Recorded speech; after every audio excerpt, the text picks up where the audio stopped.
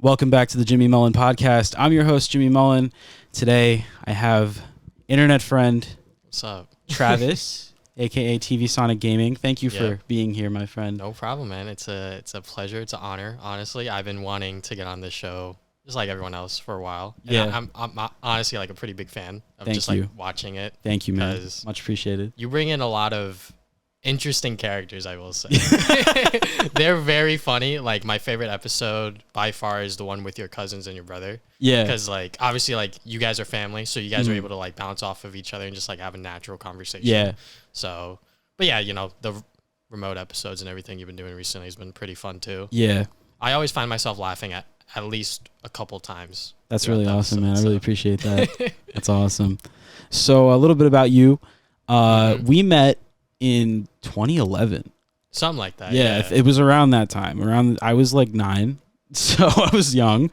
You were how old are you? You're like 2011. You're like 3 years older than me. So 11, 12, something like that. Yeah, because like I'm 23 now, turning 24 at the end of this year. So yeah, I'll be 21 in June. So we're growing. We're getting old. But we're still young. It's so crazy. Still like young. To think like our start. Like, at least my start was like over 10 years ago now. Mm-hmm. That just doesn't seem real. Yeah. I mean, I completely forgot about my 10 year though. Like, I totally missed out. I was like, oh wait, shit, I've been doing YouTube videos for over 10 years. And by the time I realized, it was like too late. Yeah. To like really celebrate it or whatever. Mm-hmm. I mean, like, my 10 year for TV Sonic Gaming is coming up this week. Like May 17th. Really? Yeah. Are you serious? Oh my God. Like, I have this plan to like write like a whole like article of just like me just like reflecting on my 10 years and like what I've learned on YouTube. For this channel in particular. That's so like, sick. You've known I didn't even realize. Yeah. You've known me longer than that, since like 2008 when I was making AMV videos and Sonic stop motions and all that other shit, you know? I don't remember how I found your channel, but it was because I was watching, so Travis used to make Sonic stop motion videos. I did as well. A lot of people in our group, I guess, or range of younger kids. Yeah, that really younger like kids. Sonic. Yeah. So I watched a lot of content from people like Supersonic Boom, Piplup Fan 77, Lifeline the Hedgehog, SMB Shippuden 4, and then Jimmy Wetzel, who was making stuff like that at the time on his older channel before the stuff he's making now. So I watched a lot of that stuff, and then I found your channel. I think your video just popped up in like my recommended or something. Yeah, I don't know what it was like. Yeah, it definitely was like I think it was your Sonic Stars series. It was a random episode of that. Yeah. That just, I don't know how I found it, but I guess I don't know. So I started watching them, and then I subscribed to you, and then you were holding like voice auditions for your new series.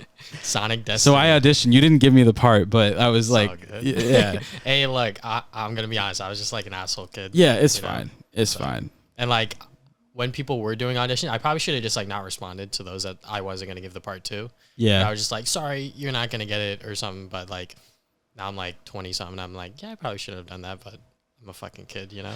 Yeah, it's whatever. Yeah. It doesn't matter. I mean, like, back then when I was doing all that stuff, I don't know how I like blew up or anything like that. Like, you know, I was just a kid. Yeah, you had at least 1,000 subs on that channel before you shut it down, though. I remember you were getting like a couple hundred subscribers at a time, I think, until you got like 1,000. Yeah, so like towards the end, and then you shut it all down and made a new channel. My videos would consistently get like 100 something views or something like that.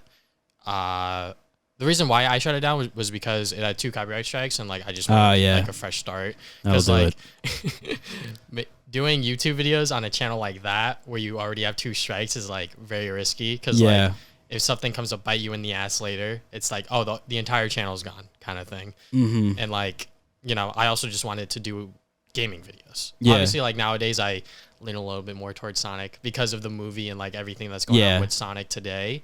Things change. Yeah, exactly. So like, and I still love the character, obviously. Yeah. So I'm like, here. I might as well lean into that Sonic stuff more. So like recently, in the past few years, I've done like the Sonic IDW series. I've done obviously the movie stuff and whatever else really piques my interest for Sonic. But yeah, you know, back then, do I wish I kept the channel up and just like privated the videos 100%? Oh yeah, I'm the same way. I completely regret shutting my channel down. Yeah. I don't have those videos anymore. I don't have anything. All gone. Yeah. I had some stuff on an old computer that my mom threw out before I could transfer it all to my new one. Mm-hmm. That it was like not as old as that, but like other stuff from like 2013, 2014. Yeah. So like even that stuff I don't have. Yeah. The oldest stuff I have is from like 2015, 2016. A lot of that stuff's not on YouTube anyway, but like I still have something. just a little bit from like middle school. And like anything before that is gone. There's like little remnants on YouTube of like me before that though, from like other people. So I go back to those videos once in a while. Like I search my old name and I'm like, oh wow, this like random audition for a stop motion series I never made. I was doing like I had all these ideas for like a stop motion series and I just never did it because like I didn't have the figures for it. Yeah, I was like, I'm gonna you can play this character, but I didn't even have the figure, so I don't know how I didn't know how I was gonna do it. But yeah, when it comes to I guess like Sonic figures back then, like. I guess as a kid, I just had to like get lucky because like obviously I didn't have a car. I had to like rely on my parents to like Toys R Us. Plus a lot of mine broke too. So those Jazzwares figures, they were fantastic, but they broke so easily. Yeah, it was the worst part about them. They were not that great. Quality control was not the greatest on those. Quality control was really bad, but I mean like. In my opinion, it could be nostalgia, but I love the Sonic 100%. I still have a good amount of my old stuff, like my old like, toys and. I always check like eBay because I want to complete that collection that I have. I would love to someday. Yeah, I bought a 5-inch classic Supersonic. It's sitting up there. I bought that a few months ago. It was like I got it for like $35 on eBay. It's like all the way up. He's like sitting up on the top shelf. Oh shit! I can barely see that. Yeah. I had him like on this shelf, but then I rearranged my games. So I had to put them up there.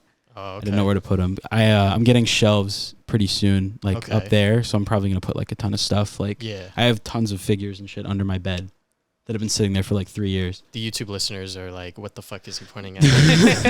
Yeah, especially the people listening on like Spotify. They're like, "What the fuck are you talking about?"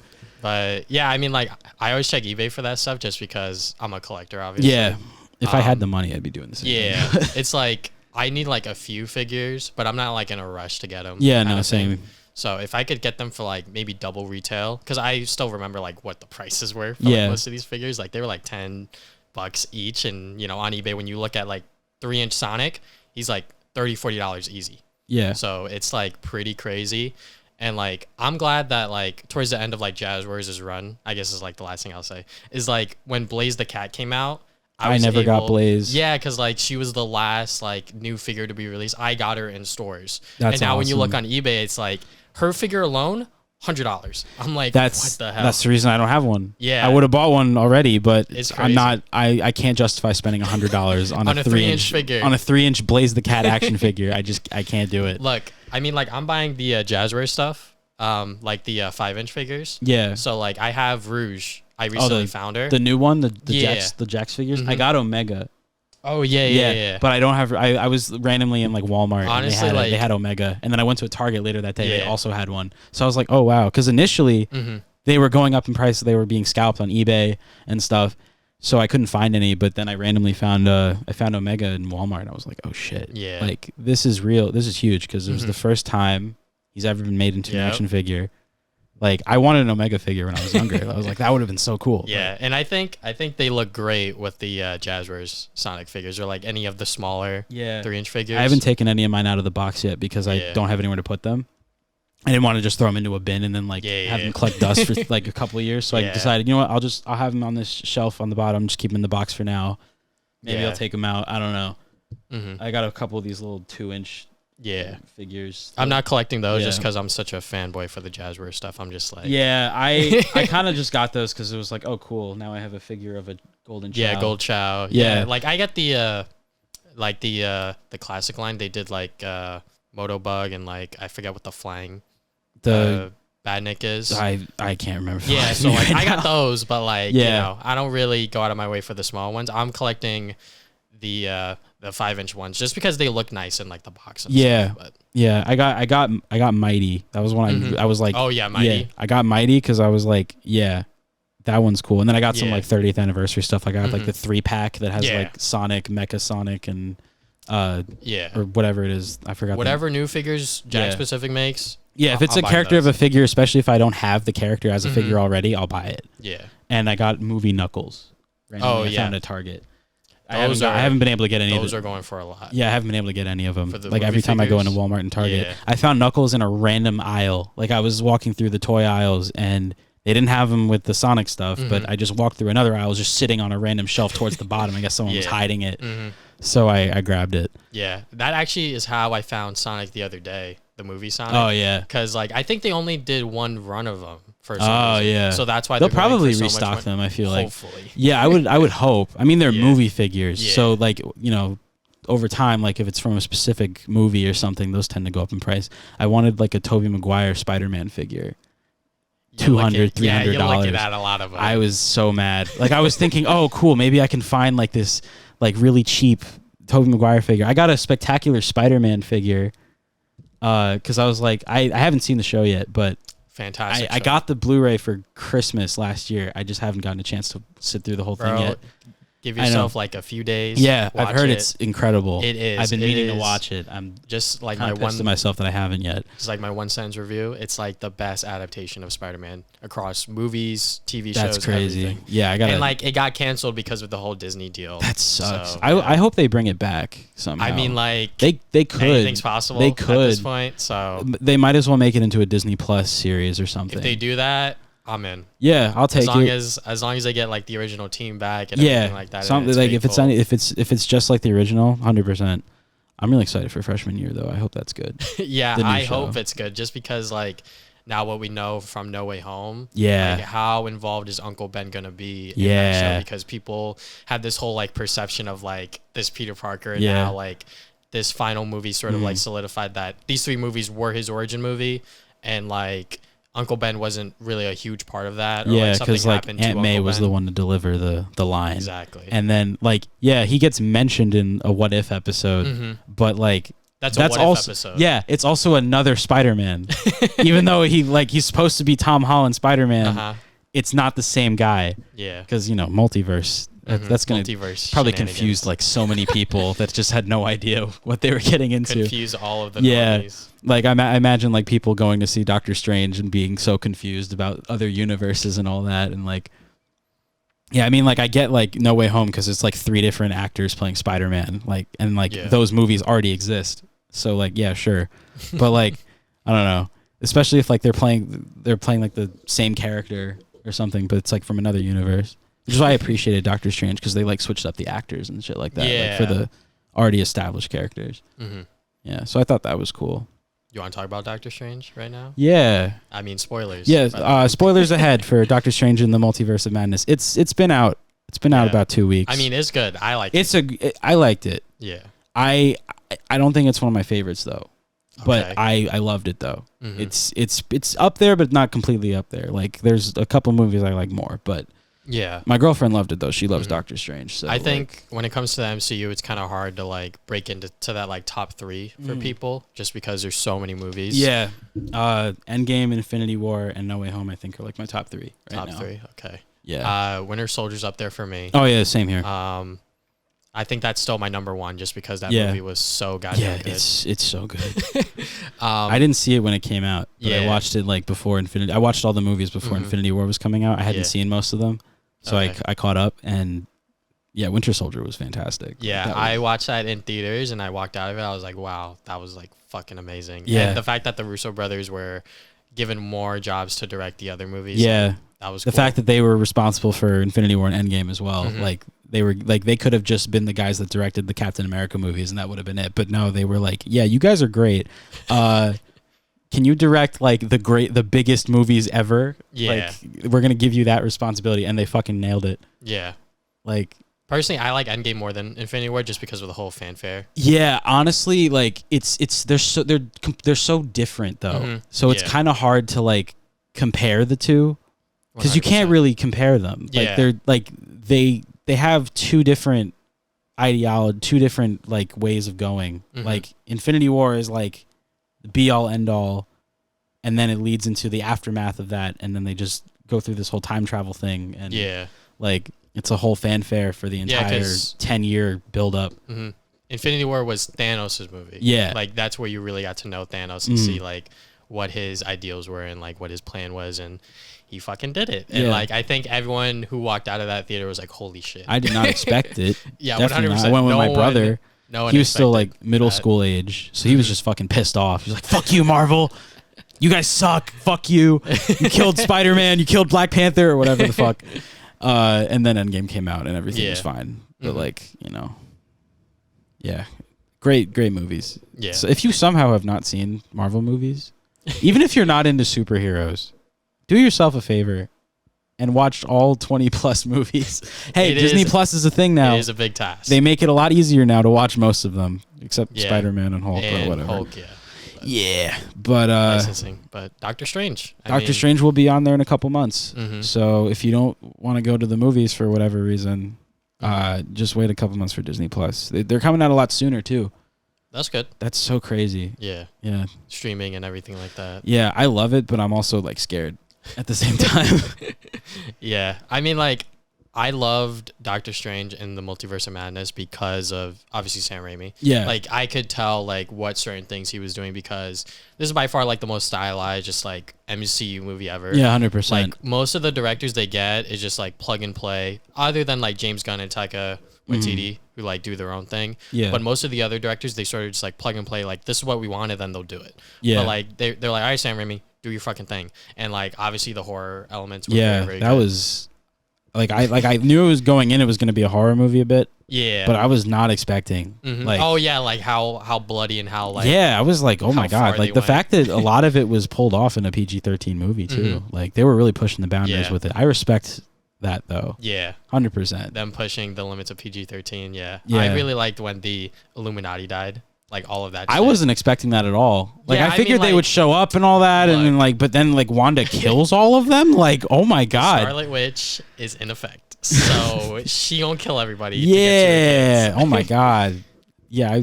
Going into that, I was just like, what? Like, yeah, no. My biggest freak out in theater was when John Krasinski like showed up as Mr. Fantastic. Yeah, that was my holy shit moment. Yeah, like, because like I've seen the fan edits and like I personally have wanted him and Emily Blunt or whoever else to be in the. I called it too. Yeah, I mean I was like they're gonna bring Reed Richardson. Something tells me it's gonna be John Krasinski. Even if he doesn't end up playing him in future movies, I hope he does, but who knows?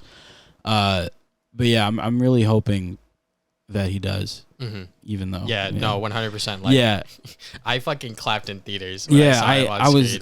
My theater wasn't like I had a full theater. I went like Thursday afternoon. I went Friday night. So yeah, I was able to get a pretty early screening of it. Well, not screening. I didn't get it for free, but hey, movie theaters. I love movies. I'll talk about them on my show. Can I have a screening, please? One day. Anyway, yeah, I went like Thursday afternoon, and like it was a full theater, and like people got excited. Yeah, like, it wasn't like screaming crazy like Thursday night Spider-Man No Way Home. That was insane. yeah. I 100%. That whole experience was incredible. Despite like most of the people in theaters knowing what was gonna happen. Yeah, I honestly, even though everything got leaked for No Way Home, I was still happily surprised. Yeah, I mean, like I was very surprised by how they just like pulled it off. Yeah, and everything like that, just because the fact that that Toby and Andrew were in the movie as much as they were too. Yeah, I figured they were only gonna be in it for like the very end or something, but like they were in it for a good amount, like the third act. Like you see, like my idea was that like they were gonna have a much bigger role. But like that's just me being like a Spider-Man fan. Yeah, I'm not surprised that they didn't get like a crazy big role because then like because it's Tom Holland's movie. Yeah, like you can't take the spotlight away from Tom Holland. This is his trilogy. They had their run. Yeah, as unfortunate as it is of the way things went with them, but they still pulled it off and they were happy to be there. That's the best part. Yeah, I love Andrew's performance in that movie. Like, yeah, that's probably the best he's ever been. Like I like the Amazing Spider-Man movies. I don't love them. Yeah, like they're not like top tier. I think if Sony wasn't so like idealizing like Peter's parents, I think that Mark Webb, Emma Stone and Andrew Garfield could have done a fantastic job with those movies. But because Sony was like, we want this story, we want this thing, we want this, that. A lot of studio meddling. Yeah. And that's what happened with Raimi too. Like they wanted to change tons of things that he wanted to do and he was just like, nah, and he did. But I mean, hey, got a nice trilogy. Even though the third one, I love it though. I don't care. I don't Sam care. Raimi, yeah. I don't care if it's not on par with the first two. I still love it. It's goofy. Yeah. It's fun. I feel like at this point it's kind of like a movie that people can see the charm in. Yeah, like people just like brutally hate on movies. Like I've never been one to like brutally hate on movies or anything, but like I also like watched a lot of YouTube growing up and like seeing people shit on like movies like the Star Wars prequels. Yeah. And like the 90s Batman movies like yeah, they're bad, but like I can still watch I love them though. they're fun. They're good because they're bad. Exactly. So yeah, that's just how I feel. What'd you think of Wanda being like the main villain? Because I kind of saw that coming. I saw it coming. I was pretty surprised that she went as far as she did, because it kind of had me scratching my head like, wait, this is the same Wanda that like we've been following this whole time? She took a whole 180 and just like became evil for like most of the movie. I think that the show, because WandaVision's like that sort of, you know, your shirt, by the way. Yeah. WandaVision sort of played into a role of this movie's story. Some people didn't watch that show, so when they go into this movie, they're like, "Why is Wanda doing this?" And then it's like they need to. That was like I think this Multiverse of Madness was like the first movie. Yeah, that really establishes like, yeah, you got to watch the shows on Disney Plus, because I knew that was going to happen eventually. Of course, like there's no way that's not going to happen if they're putting all this production into these shows that are on like the same par as the movies, pretty much. But like, yeah, you got to watch WandaVision in order to watch Multiverse of Madness, which I mean is fine. Yeah, especially like since it's a good show. Like it's not a bad show or anything, and it's not very long either. The ending could have been better, but it is what it is. Yeah, I could say that for most of the shows. 100%. Yeah, but like it's because there's 6 episodes. There should be at least 8. Yeah, that's all I'm saying. I mean, WandaVision was 9, but like the first 3 episodes were mostly the sitcom thing, and also they were like less than an hour long too. Yeah, right? They weren't. Yeah, they also weren't as long as the other ones. Which I mean is fine. It's probably up there though of my favorites. That and Moon Knight. I love Moon Knight. You really like Moon Knight? I did. Yeah, I mean, like I think episode 5 was like by far the best episode. Yeah, 100%. But like I think people like myself who watched Daredevil, I didn't not expecting it to that level. But I haven't watched those shows yet. Look, man, once you watch Daredevil, you'll see like how good that show is and how, I guess, like not bad, but like not as well that like Marvel Studios could be doing with their shows. Because Daredevil's like fucking insane. And like obviously like they go like TVMA. So like you see like a lot of like crazy ass deaths. Like I was rewatching it with my girlfriend recently because I was like, you're fucking watching this show. And she was very surprised by some of the deaths. I was too, because like it's been like a few years since I watched it. Yeah. But like, yeah, Daredevil's great. But yeah, I think Doctor Strange in the Multiverse of Madness was very, very good. I think that people that aren't liking it just are too familiar with the MCU formula, and they were like, "What's this ugly transition with Wong coming in and like phasing in?" I'm like, come on, you don't know Sam Raimi's fucking directing this? Have you not seen the Tobey Maguire Spider-Man movies? What are you doing? And also the second after credit scene with Bruce Campbell. Yeah, they're all pissed off because it wasn't like, oh look, let's set up Secret Wars right now. They were just like, look. It's like let him do his thing. Let people have fun with movies. Wasn't his line like, "Oh, it's over"? Like, yeah, he looked at the camera like, "It's over." Like, just like the movie. The movie's over. Yeah, yeah. That's very clever. That was the joke. Exactly. Yeah, and it works. I was like, okay, I mean, I don't know. It happened so fast. I was just like, oh, okay, but I didn't care though. Like, I was exactly. Like my expectations for after credit scenes aren't that high anymore. They built they showed Clea in the mid credit scene. Like that's fine enough. They could have just had one mid credit scene. I would have been fine. Yeah. Yeah, it is what it is. I mean, like I think it is true that like Marvel movies have ruined the way people watch movies. Oh my god, yeah, dude. I have sat through the credits of every movie since. No, I don't do that. Like No. I sometimes I do like I don't know, with Pixar movies, they have like a little they have like little edits to the intro at the very end. So I kind of want to see those. Okay. But like I mean, most like, but now like what was it? I went to see the Batman. Okay. Everyone was still in the theater, and one of the employees started cleaning up. She's like, "If you're waiting for a post-credit scene, there isn't one." And then everyone got up and left. Yeah, I think I think I left when I went to go see it because I was like, I'm pretty sure there's no after credit scene. So I had a feeling there wasn't gonna be, but I wasn't gonna like just in case like just miss out on something. Like I mean like I'm fine with just like Googling it and just like, seeing like what it is because then eventually like these movies are gonna end up on streaming platforms. And and it's happening sooner now too. Yeah, so and it's like with social media and like people with their phones, they're fucking recording shit in theaters, so like it's gonna end up somewhere. Someone spoiled Spider-Man Far From Home for me for that. Like opening night, they went to see it and like J. Jonah Jameson was on their story. I'm like, fuck off! Like, come on. They recorded like a good like 5 minutes of the end credits. Like they were just like, and then they just put it all on their story. Like, fuck you, man. Come on. Yeah. Why'd you do that? When it came to No Way Home, my Twitter, I like blocked out Spider-Man, Toby. I stayed off of Twitter. I didn't even like. I'm not like. I use Twitter a lot, but like, I don't know. I look at like what's trending and stuff, and like I don't really interact with people too much on there. Yeah, I'm an addict on Twitter. Yeah, I'm not on there now. Like I am on there a lot, but like I don't really interact with people. I kind of just lurk and like watch memes. Yeah, pretty much. Yeah. So like when a movie comes out, like I have notifications enabled for like some things. Like if like a item I want is like on sale, I get like an alert. That's basically it. Or like headlines from like Variety and stuff. But like other than that, like I was like, yeah, I'm just gonna like for the sake of like, you know, just not getting myself spoiled, I'm just gonna not look at Twitter. And like I turn off Twitter notifications on my phone and then I'm fine. But fucking No Way Home, YouTube was recommending clips. People were recording off their phones, putting them on YouTube. That's crazy. The YouTube algorithm was fucking my shit up. They like literally in the titles and thumbnails, Toby, Andrew. Like I knew they were in the movie, like because like you know the worst kept secret in Hollywood history. But like, still, like that would have been crazy exciting. Like yeah, I knew they were gonna be in the movie, but like that would have been even more exciting. Like I mean, yeah, I was still excited nonetheless. Like 100%. I screamed pizza time as soon as Toby popped up on the screen. Like I didn't like that whole theater was just cheering because I was like I didn't give a shit. I was just like pizza time. Like. Yeah, the fucking scientist meme joke. Oh my god, dude! My theater erupted in laughter. I was like, "Hey, he said it." Honestly, I was cringing a little. I was like, "Not like this, man. Not like this." Hey, I didn't care. I was. I mean, yeah. I was like, "That's come on." At least they know. Yeah, you know, like they're playing into that crowd. Yeah, they didn't like. It wasn't like.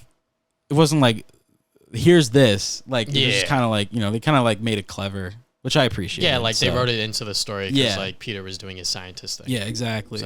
So I appreciated that a lot. But yeah, Marvel movies, Marvel projects. Miss Marvel, I'm looking forward to just because I've read the first run of that comic. I have never seen anything from Most Miss people Marvel. haven't. But like I was like at my local library that day and I just like saw that volume and I started reading it and I was like, this is pretty good. And then I went to New York Comic Con, I think like a year later, and I just bought all the volumes. Oh, that's cool. So, but yeah, I mean, I'm looking forward to that show, but it looks a little iffy, in my opinion, as like a comic reader. Didn't they like change her powers? I heard. Yeah, so like when I watched the trailer and like she was doing like the fucking like I guess like fucking what's it called? It wasn't stretchy arms. I was like, what's going on here? Oh yeah, she has like stretchy arms, and they gave her like these bands or something that give her cosmic powers, like Captain Marvel. It's like magic powers. I'm like, what the fuck are they doing? It's probably some kind of reason for there's it. No. Apparently, it's because like when they introduced Mr. Fantastic, they don't want the powers to get like mixed up. Which I'm like, that's bullshit. That's still stupid. Yeah, that's bullshit. Because it's like we have Iron Man, then War Machine. Yeah, we have Captain America and Winter Soldier, and they both of those pairs have obviously some. Yeah, like come on. Yeah, just. I don't know. I don't know. It's I'll still watch the show though. I mean, yeah, I'm still gonna watch it, but I'm gonna be like, yeah. So something about Travis and I we have in common. We both used to work for Stop and Shop, little grocery store chain in the tri-state area. I really like that episode where you try to weasel your way around it. I found that to be hilarious. Yeah, because like who knows? Like they're not like the biggest. They're not like Walmart or Target or something. They could like sue me for like are they gonna give a shit?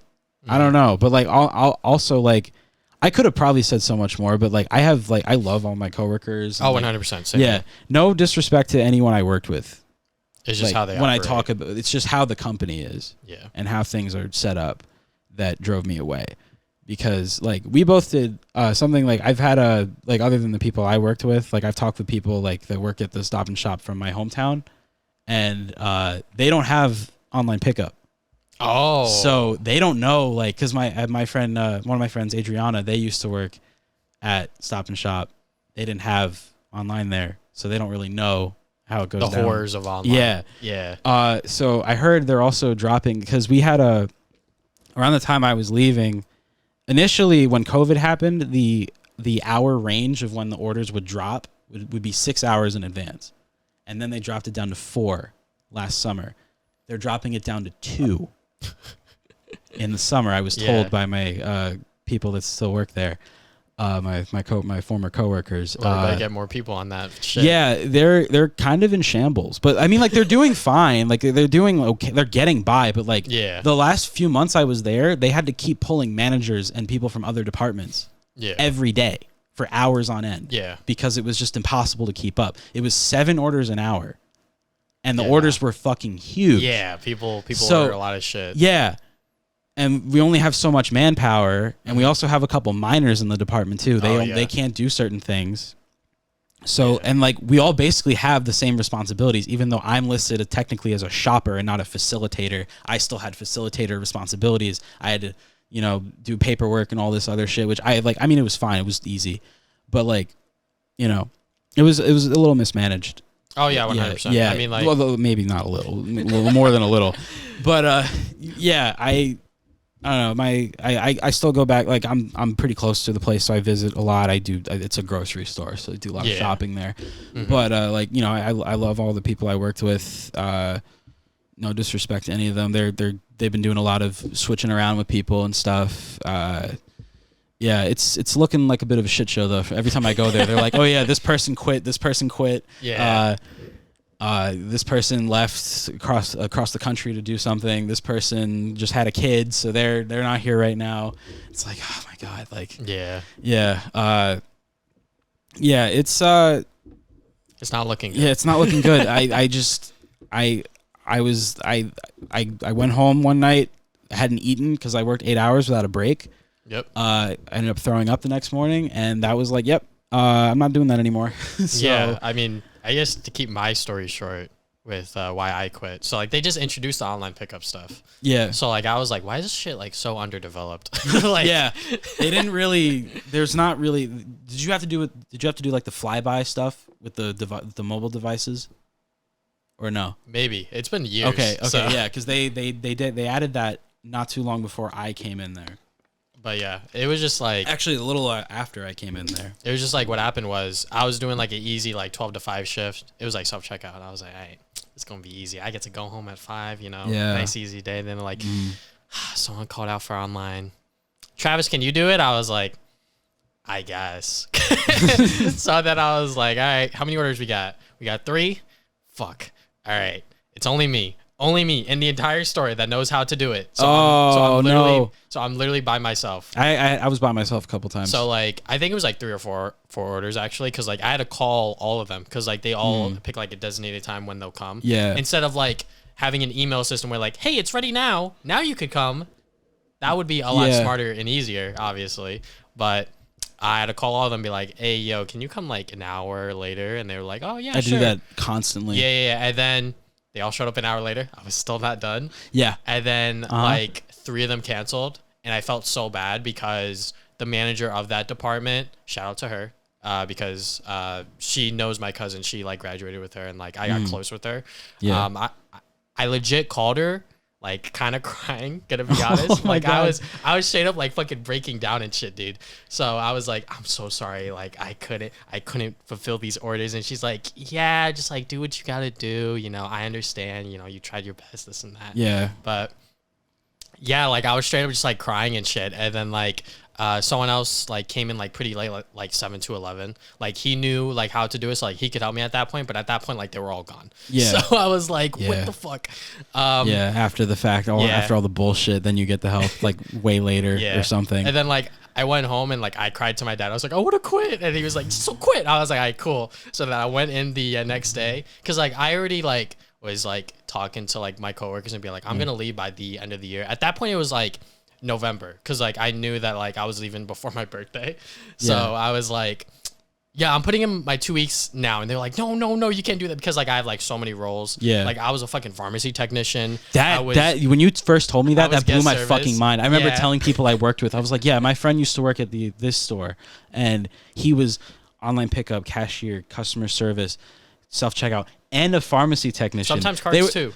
Yeah, I had to do that a couple times, but like they didn't have me on that too much. But and also I was running the front end too. Oh, they had me like hold the keys once in a while. Yeah, no, like, but like I was actually like running the front end. Like I had to like figure out brakes and shit, and I'm like, I did that. I did that maybe a couple times, but like most of the time it was just like the person running the front end had to go to the bathroom, so they were like, hold the keys. So I would be running self checkout, and like I'd have to go over for just walk around, key flicks and stuff. Make yourself look busy. Yeah, especially when there's nothing but a miner needs a key. All right, I got you. We like at this point it's basically nothing but miners running, like being cashier, because like that's like their entry level job. Yeah, pretty much. Because like it's super hard to like get a job when you're a miner. Yeah, they got like a couple middle-aged people that are there like throughout the day. Some of them at night, some of them in the morning, and then the rest of it is like 85% miners in the front end, especially, and online pickup now too. And it's like, especially like the person running the front end, they have to keep going back and forth because like they don't have enough help, because they gotta run customer service and self checkout, and they have to key flick miners because they can't sell alcohol. And also the miners can't work that long. So they only work 3.5 hours. Coming in and out and shit. They work like 3.5 hours. Which is why I'm at my current job. Like everything's a lot more developed. There's a lot more people. But even then, like today, like recently, like yesterday, I worked. A lot of people called out. We were in shambles, but like it wasn't like as bad as like my worst days at Stop and Shop kind of thing. So that's why I don't mind it. And also like at the time, Stop and Shop was paying me $12.25 for all of that shit. Yeah. They only increased the minimum wage when the state required it. Exactly. So it was like they only increased the pay when the state required and like, it. So it was like I think by the end I was getting like 15. Yeah. And I think when they increased it to 15, those people that have been there for years and years, when they like got the extra money for being there that long, I think they lost that, right? Yeah, that happened a couple times. Yeah. And I would imagine they were fucking pissed. Yeah. I had someone they used to work there. She ended up moving out of state, like down south. She retired. But she'd been there like 13 years, and I think she only got paid like a quarter more than I did. And like, she had a significant higher pay like beforehand. And then like the minimum wage kept going up every year, and they just stopped giving her a raise. And she was just like, what the fuck? And they were just like, oh yeah, it's not our fault. Minimum wage went up. Yeah. That was their reasoning. Yeah, exactly. Yeah. Which is why like, I'm glad I left so soon. That's why I was like, why are you still here? Like, and and she's like, you know what? You're right. Well, yeah, I mean, I guess she had been planning on like moving out of state and all that. So I guess she was just waiting for that to happen. And then she finally did. So shout out to Catherine. I miss you. Hope you're doing well. She's visited a couple times, like when I was still there. That was pretty cool. Yeah. Like, and then, like I was still cashiering 100% of the time when she was there. So then she saw me with the trolley, and she was like, oh, they got you doing this shit now. And I'm like, yeah. I remember the first day they threw me in there, because I guess like they had call outs or something. They gave me a crash course. I didn't know what the fuck I was doing. It was also at the time where there were no pictures on the devices. Oh, fuck. So I'm looking for this item and I have no idea. I like subbed it for a completely different thing. And then I got like, the manager told me like, when you sub, you have to do, I'm like, bro, you're asking me to finish this order in less than an hour. I have no idea what I'm doing. Cut me some slack. Yeah. And they were just like, fine, whatever. But like, I mean, like, it's so cool when you first step in there. It's like, oh my God, it's like this new department. Yeah, like, and then when you start working, you're like, this is dog shit. No, I like, it was hell. Like the first couple times I did it, and then like, and then I was like, you know what, like, and then like, I think the second or third time it was like less busy, and like they just kind of threw me in there for the day, and I was like, you know what, this is fine. Let me try this. I don't really like customer interaction too much. I don't have to do too much of that so I'm like, you know what, I'm gonna see if I can transfer in here. So I did. And so I did that, and I think initially it was like half cashier, half online, and then they brought me fully into online. I think they swapped me with someone else that like used to be cashier, then went in there, and then they swapped me with her because she was like older and she just tired of lifting heavy shit, and all that. So I was like, all right, so I got swapped with her, and then I did that for a year, and then I quit in end of January. So props to you, bro. Yeah, holidays were fucking awful. Oh, 100%. That every was single just place. It every was single place 7 orders an hour. Yeah. With only so many people. The batches were fucking huge. And 12 cases of water. 20 gallons. Yep. We had this one order. I think it was like $800. Oh fuck. Filled up an entire shelf. For what? Why don't you just come in and do it? It was also a first order, so we were kind of scared it was going to be like a scam, like a fraudulent order, but it wasn't. It was a real person. She came and picked up. We had 4 shopping carts. 4 shopping carts, 4 people rolling out. It was 3 of us too. One of us had to carry 2 of them. And she was just all like, she had a full car too. So it was like almost impossible to get everything. She had like 3 baby strollers in there and shit. Oh my God. I was like, what the fuck? Like we're like looking at her and she's just like, yeah, I got like 40 people coming for Thanksgiving. Did she tip? No. No, she did not. I remember now. She did not tip. That was the worst thing. Let me just say this. We weren't allowed to take tips, but like. Oh yeah, I mean, like I wasn't either, but I took them anyways. Yeah. It's like if someone hands me $1, I'm gonna fucking take it. Yeah, it's like they handed me $5. Yeah, I'm gonna take that shit. What the fuck? Yeah. Like at my current job, all I do. So like, there's a separate. So like, instead of people doing both the shopping and the delivering, at my job, there's 2 separate teams for it. Oh wow. So I just bring it out. Okay. So like sometimes people will tip. So like yesterday, this woman, it was like an older woman. She had like 5 cases of water, 3 water gallons, but she tipped me. I was like, all right, that's nice. Thank you. And she was like, it's not that much. It was like $3. I was like, no, it's fine. Don't worry. Thank you. You know, like as long anything goes. Exactly. As long as give me fucking quarters. I've been giving quarters. As long as it's something. We'll end up splitting quarters with each other. Exactly, because like it's getting fucking high. Anything goes. Honestly. Yeah. I got tipped $20 one time. That was awesome. One of my coworkers, she's a minor. Apparently, this is what I heard from another coworker. Her first time doing that like thing where she went out, she got tipped $20. I was like, I've never gotten tipped $20. I've done this shit for like at least 6 months now. The most I've gotten tipped at it from one person is like $10, which is nice because like I always use that cash for gas. Yeah, because gas. Yeah, that's always good. Yeah, it's kind of crazy. Yeah, I had it stacked up in a drawer. Like I had like a good couple $100 from like about a year of doing it. Like most of the time I wasn't taking from it either. So like, I mean, at this point it's kind of low because I don't have a job. But like, yeah, exactly. Yeah, but that's besides the point. When I saw that sign that said "Don't take tips," I was like, "The fuck you mean don't take tips?" They even have a sign up. Yeah, at my store. That's like so stupid. Because it was just Peapod. So like I would have to like go in there and like grab the crates out and like lift that shit. Yeah. So they were like, here's $5. I'm like, all right, thank you. Because like they can't go in and do it because like that'd be weird. Yeah. What else you got there on your notes? So we had a collab channel. Years and years ago, yes. Back in 2011. That was around the time where like everyone had a collab channel. That was like the thing. I guess I wasn't really paying attention, but I was just. No, I remember seeing a lot of them pop up, but then they'd be around for like a good while, and then they just stop uploading. Yeah. Because like people got their own lives and whatever. Shit, yeah, like people had entire channels where they just like made videos together. I remember this one called the 10-Man Clan. It had like Cubano Armani 456, Video Game Heat, and like a bunch of their friends, like 10 people making videos together. Most we of don't it talk about Kobe anymore, though. Yeah. Yeah. Yeah, but like that's like one example. So the 2 of us and a friend of ours that was on Travis's stop motion series. That's how I met him as well. Team Sonic 101. Shout out to him. Shout out to Kurt Dog 420. Sorry for being an asshole kid. I really am, honestly. I wish I didn't, do that, but yeah. If you want, hit me up on Twitter. Yeah, we can do a Team Ben 56 reunion. That would be crazy. That shit would be funny. Yeah, he'll have to come from Canada though. We live or we could do a remote one too. Yeah. It'd be pretty cool if you came in person though. That's always cooler, but whatever. Exactly. We'll do what we can. Mm-hmm. So we had a collab channel. It was called Team Ben 56. It was a combination of our usernames. Honestly, I'm so bad at creating names. That's why. Oh yeah, I am too. So that's why my podcast is just the Travis Damian Podcast. Mine is the Jimmy Mullen podcast. Yeah, because I'm just like it's just me and Damian talking about bullshit. Yeah. Yeah. Because like before then it was the Two Players Podcast, which I thought was fine.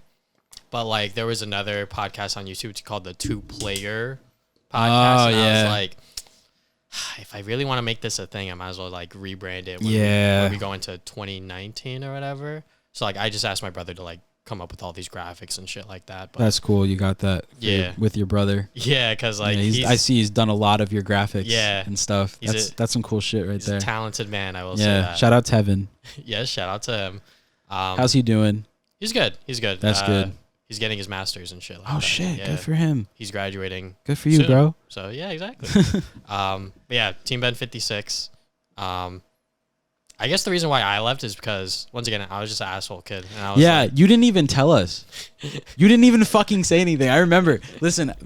So we had this collab channel. It was me and Travis and Curtis. It was called Team Ben 56. It was a combination of our usernames. The team came from Team Sonic 101. That was Curtis. Ben 10 UA 101. I was fucking 9 years old. Give me a break. And the 56 came from his second channel because are we really gonna call it Team Ben 035653? Like no, that just sounds like a mouthful that no one's gonna pay attention to. Yeah. So 56 sounded better. So we were like, all right, let's just go with that.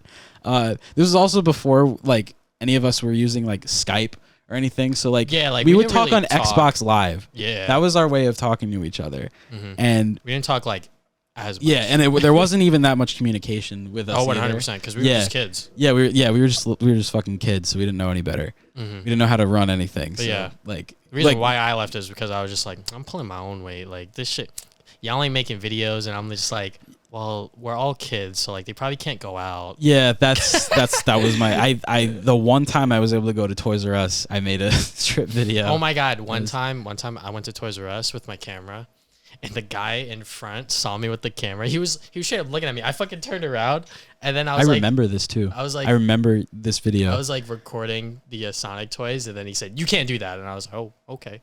So then didn't you have like a flip camera you were using? I forget what I was or something using. Like that. Look, kids. You were trying to hold it on the side of your pants or something like to hide it. I don't know exactly what I was doing, but kids today will never understand the struggle of actually having your own dedicated camera. Yeah, because like everyone's got a phone now. Yeah, now you can just use your fucking iPhone or whatever. Yeah. So it's like it's a lot easier now. Fuck it, I use no one knows the struggle of 10 plus years ago making content in a store without getting reprimanded by an employee saying you can't do that. I brought a camera into a Target one time.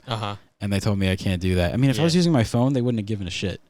I mean, because like nowadays it's kind of hard because like people will take photos and take videos in a store and they won't even know because it's so fast and so quick. Exactly. But yeah, like that. Like, but if you're holding a camera, I guess it's more obvious. Like this person is recording in here.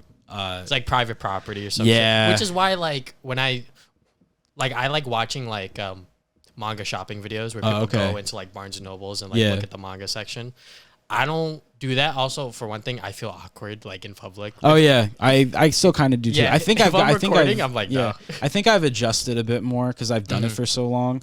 But and also like it's becoming normal. Yeah, it's also becoming a lot more normalized. Like especially with which is kind of weird. Yeah, especially with TikTok, everyone's doing all kinds of crazy shit. Yeah. So it's like, I mean, it's inevitable. I like even at my working at Stop and Shop, I was in self checkout one time. Someone was carrying on a fucking DSLR. And I was like, you got like a YouTube channel or something? And like, I forgot what he said. Oh my God. But, like, that just reminded me. One time I was walking back to my current job from like one of my breaks and someone was recording a YouTube video. He had his cameraman and everything. And like, he got into the party and he's like, okay guys, this is my haul from Tar. I was like, what the fuck is going on? Like he was still like by the front entrance. I was like, what did I just hear? That's awesome. Yeah, it's love to see it. It's very You're just very an NPC strange. in their lives, though. So it's very strange. Little did they know they were in the presence of TVsonicgaming, YouTube legend. People are just doing this like normally now. Yeah, you know. I respect it though. I respect the people that do it. Mm-hmm. Yeah, I don't really do it too much now. I kind of did a lot more like when I was younger, but like I don't know. I don't know. A lot of my life stuff. Like this is the most amount of content I've made in like a few years, like doing this podcast. Yeah, and this is the most like I've been able to reach people, I guess. Mm-hmm. So like, yeah, I mean, whatever I share on here is whatever. It's been popping off. I'm gonna be honest. It's pretty cool stuff. I'm very surprised by how far it's even gotten. Like obviously it's not like crazy huge, but like like the fact that I already have over 100 subs on YouTube And you average 100 views. Yeah, per video.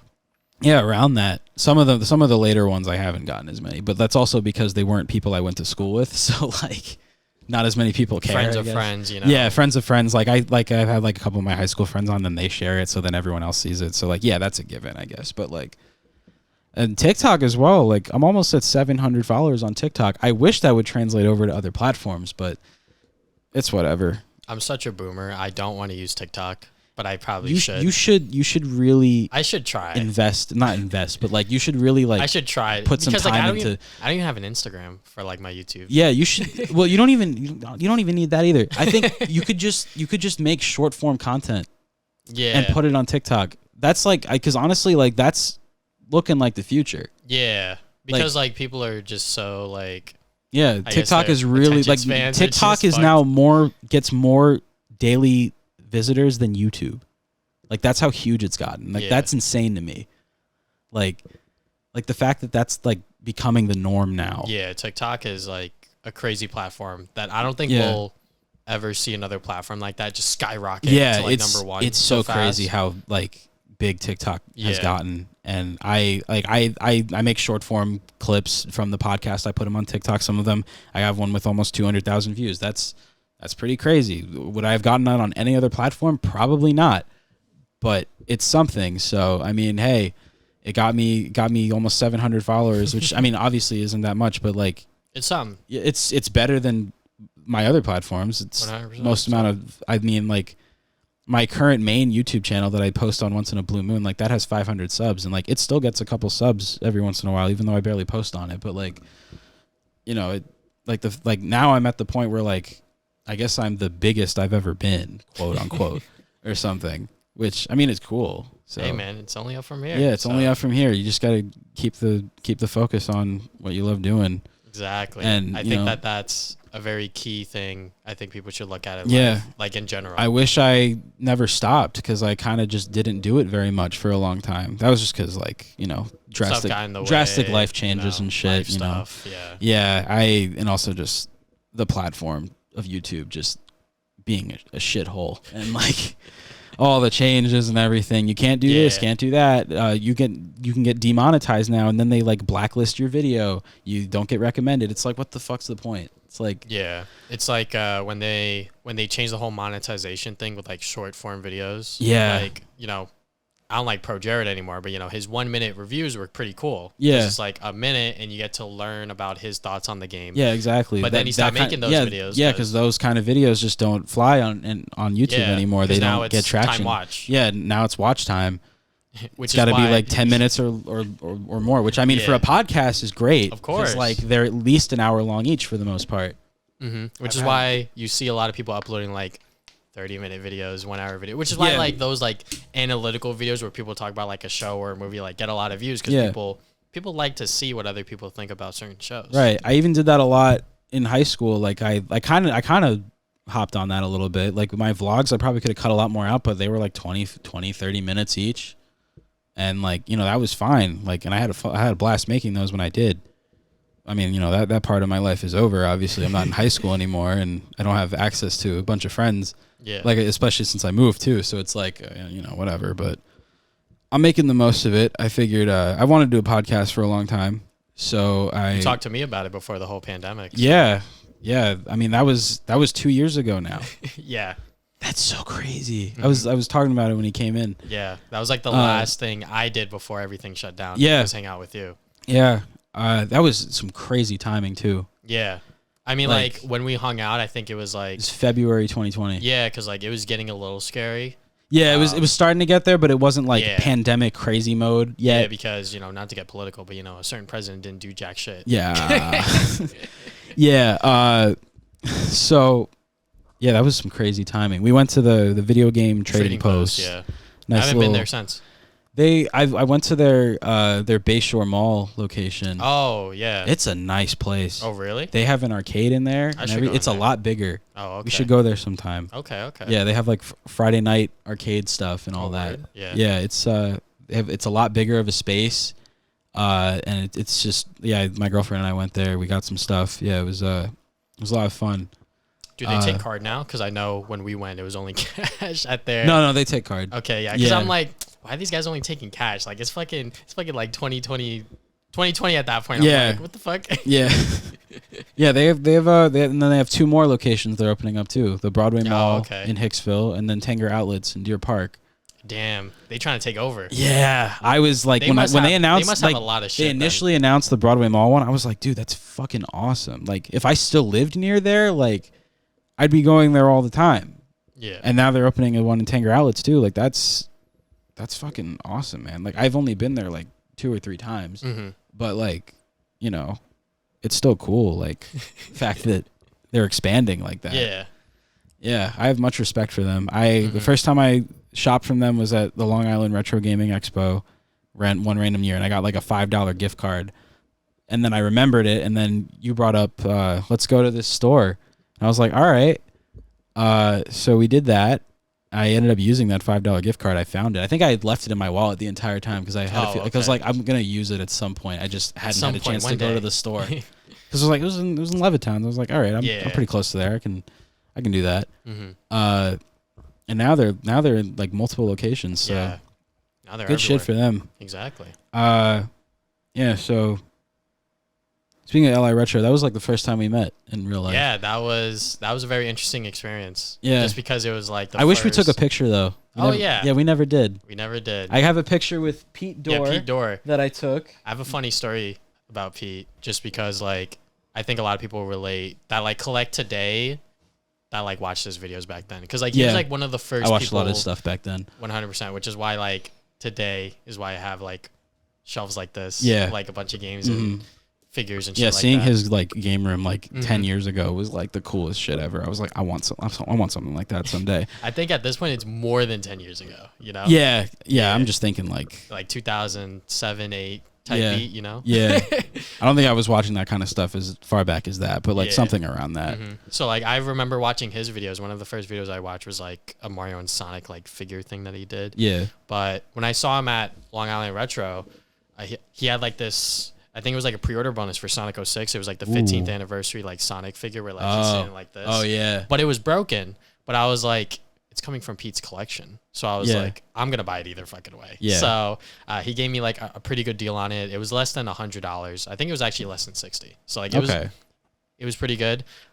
It did have like, I think like his foot was broken. There was some like paint scratch, but like if you turn him like a certain angle, you can't really see it. Yeah. And it's very high up on my shelf. So like, but yeah, like that's like a thing that I wanted for a while. And the fact that it came from Pete himself was like pretty cool. But like I didn't like cool. Get a picture with him or anything like that. It was just cool to like see him and like see what he was selling and shit like that. So I met him and then I met him a second time in the 2018 one. I think it's right next to you. Oh yeah, right there. Yeah, that was 2018 was probably you didn't go after 2016 though because they moved the location. Yeah, and also like I was just like not buying as many games. Yeah. So you should go this year though. I probably should. I'm thinking about it. They haven't done. It's going to be the first one since 2019. I was going every year from 2016 to 2019.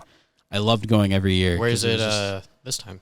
It's going to be the same, Cradle of Aviation. It's a really nice place though. Okay. Yeah, it's like an air museum, but they also have like a video game museum in there too. Okay. So like there's like multiple floors. There's like it's a great place to go. Like I'll think about it. Yeah, the convention was a lot of fun. Like the last couple of years they did it, and then obviously current events we're all facing ruined a lot of that. They canceled the event and all that for like 2 years, so they're doing it again. 2022. I'm gonna be going probably. Yeah, I'm pretty sure I'm gonna go. Gotta get a couple friends to go with me though. See how that goes. I was going with friends every year though, so that's what made it fun. Like I remember, 2016, I was just gonna go by myself, and then like I mentioned it to a couple of friends. And I was like, yeah, I'm gonna go to this retro gaming convention. And they were like, oh, can we come? I was like, oh yeah, sure. I didn't even think of that. Yeah, it's like I could just bring friends along with me, make it like a fun day. And then I met you. Of course. Yeah. I think the first year I went, I went with like a bunch of my friends. It was just in like one room the first time, right? It was really fucking crowded. Yeah. It got bigger like 2016. I think that was the first year I went. And then the next year they transferred it over to the Cradle of Aviation Museum. And then it was like awesome. Like they had vendors like throughout the whole main first floor, and then there was like another floor which had some more vendors. They had a whole video game museum. They had like setups for a bunch of games for like every system. Like there was a couple like Melee TVs. You know, they had a Melee tournament they were doing. Oh yeah. They do that every year, right? Something like that. Sure. Yeah, I didn't really participate in that stuff, but just to see it was really cool. Tryhards are insane. Yeah, I'm not good at Smash Brothers, so I wasn't even gonna bother. No. Plus, you had to pay money to participate. I was like, I'm good. I mean, like, I love esports. I love watching Valorant. I love watching Smash Brothers. I love watching League. But like, I watch Smash tournaments like once in a blue moon. That's basically it, though. Melee's definitely like the highest learning curve for Smash because it's like people who are playing it have been in there for so fucking long. Yeah. And they've learned the game so much and like the mechanics and like the matchups and like everything like that. Like a lot of stuff matters. And like even if you have like a stock lead, like you can come back from it. With like Smash Ultimate, like it's the same thing, but like obviously less mechanically. I guess like it's a lot more streamlined. Yeah. But it's a nice balance in a sense. Yeah. It's not as mechanically intensive on the player's hands, I will say. Yeah, it's definitely a step up from like Brawl's competitive scene though. Like Smash 4 definitely was a step in the right direction. And then Ultimate, I think they did an even better job. Yeah. I think. I have a lot more fun playing. Except for Steve. I hate seeing Steve. Dude, Steve is so funny.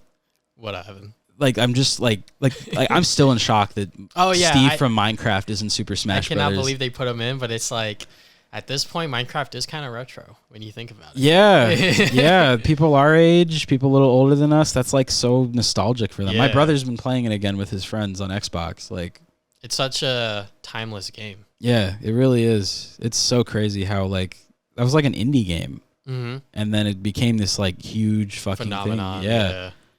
So crazy how that turned out. And now it's owned by Xbox and they're fucking everywhere. There's like spin-offs and shit. There's a fucking Netflix show. They got the Microsoft money.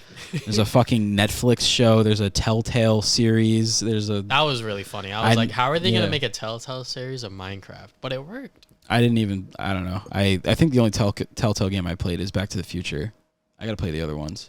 Yeah, I really like the Walking Dead one just because I never got into the Walking Dead, so I mean, like the show, it was good, and then it got bad. Yeah, I have the game though. Like my brother got it for PS4 like years ago. He played that and the Batman one, so I have those. The Batman one's really good. I haven't played them yet though. Like they were just games that he gave me when I got my PS5. Like if you like the whole like Bruce Wayne stuff, like as Batman, you'll like the Telltale game. Yeah. Because they really dive into that, which is pretty cool. Yeah. It's on the list of games I'll eventually get to. It's a very long list though. Oh, 100%. Same for me. Yeah. I think probably like 60% of the games I own I've either like played just a little bit of or I've never touched.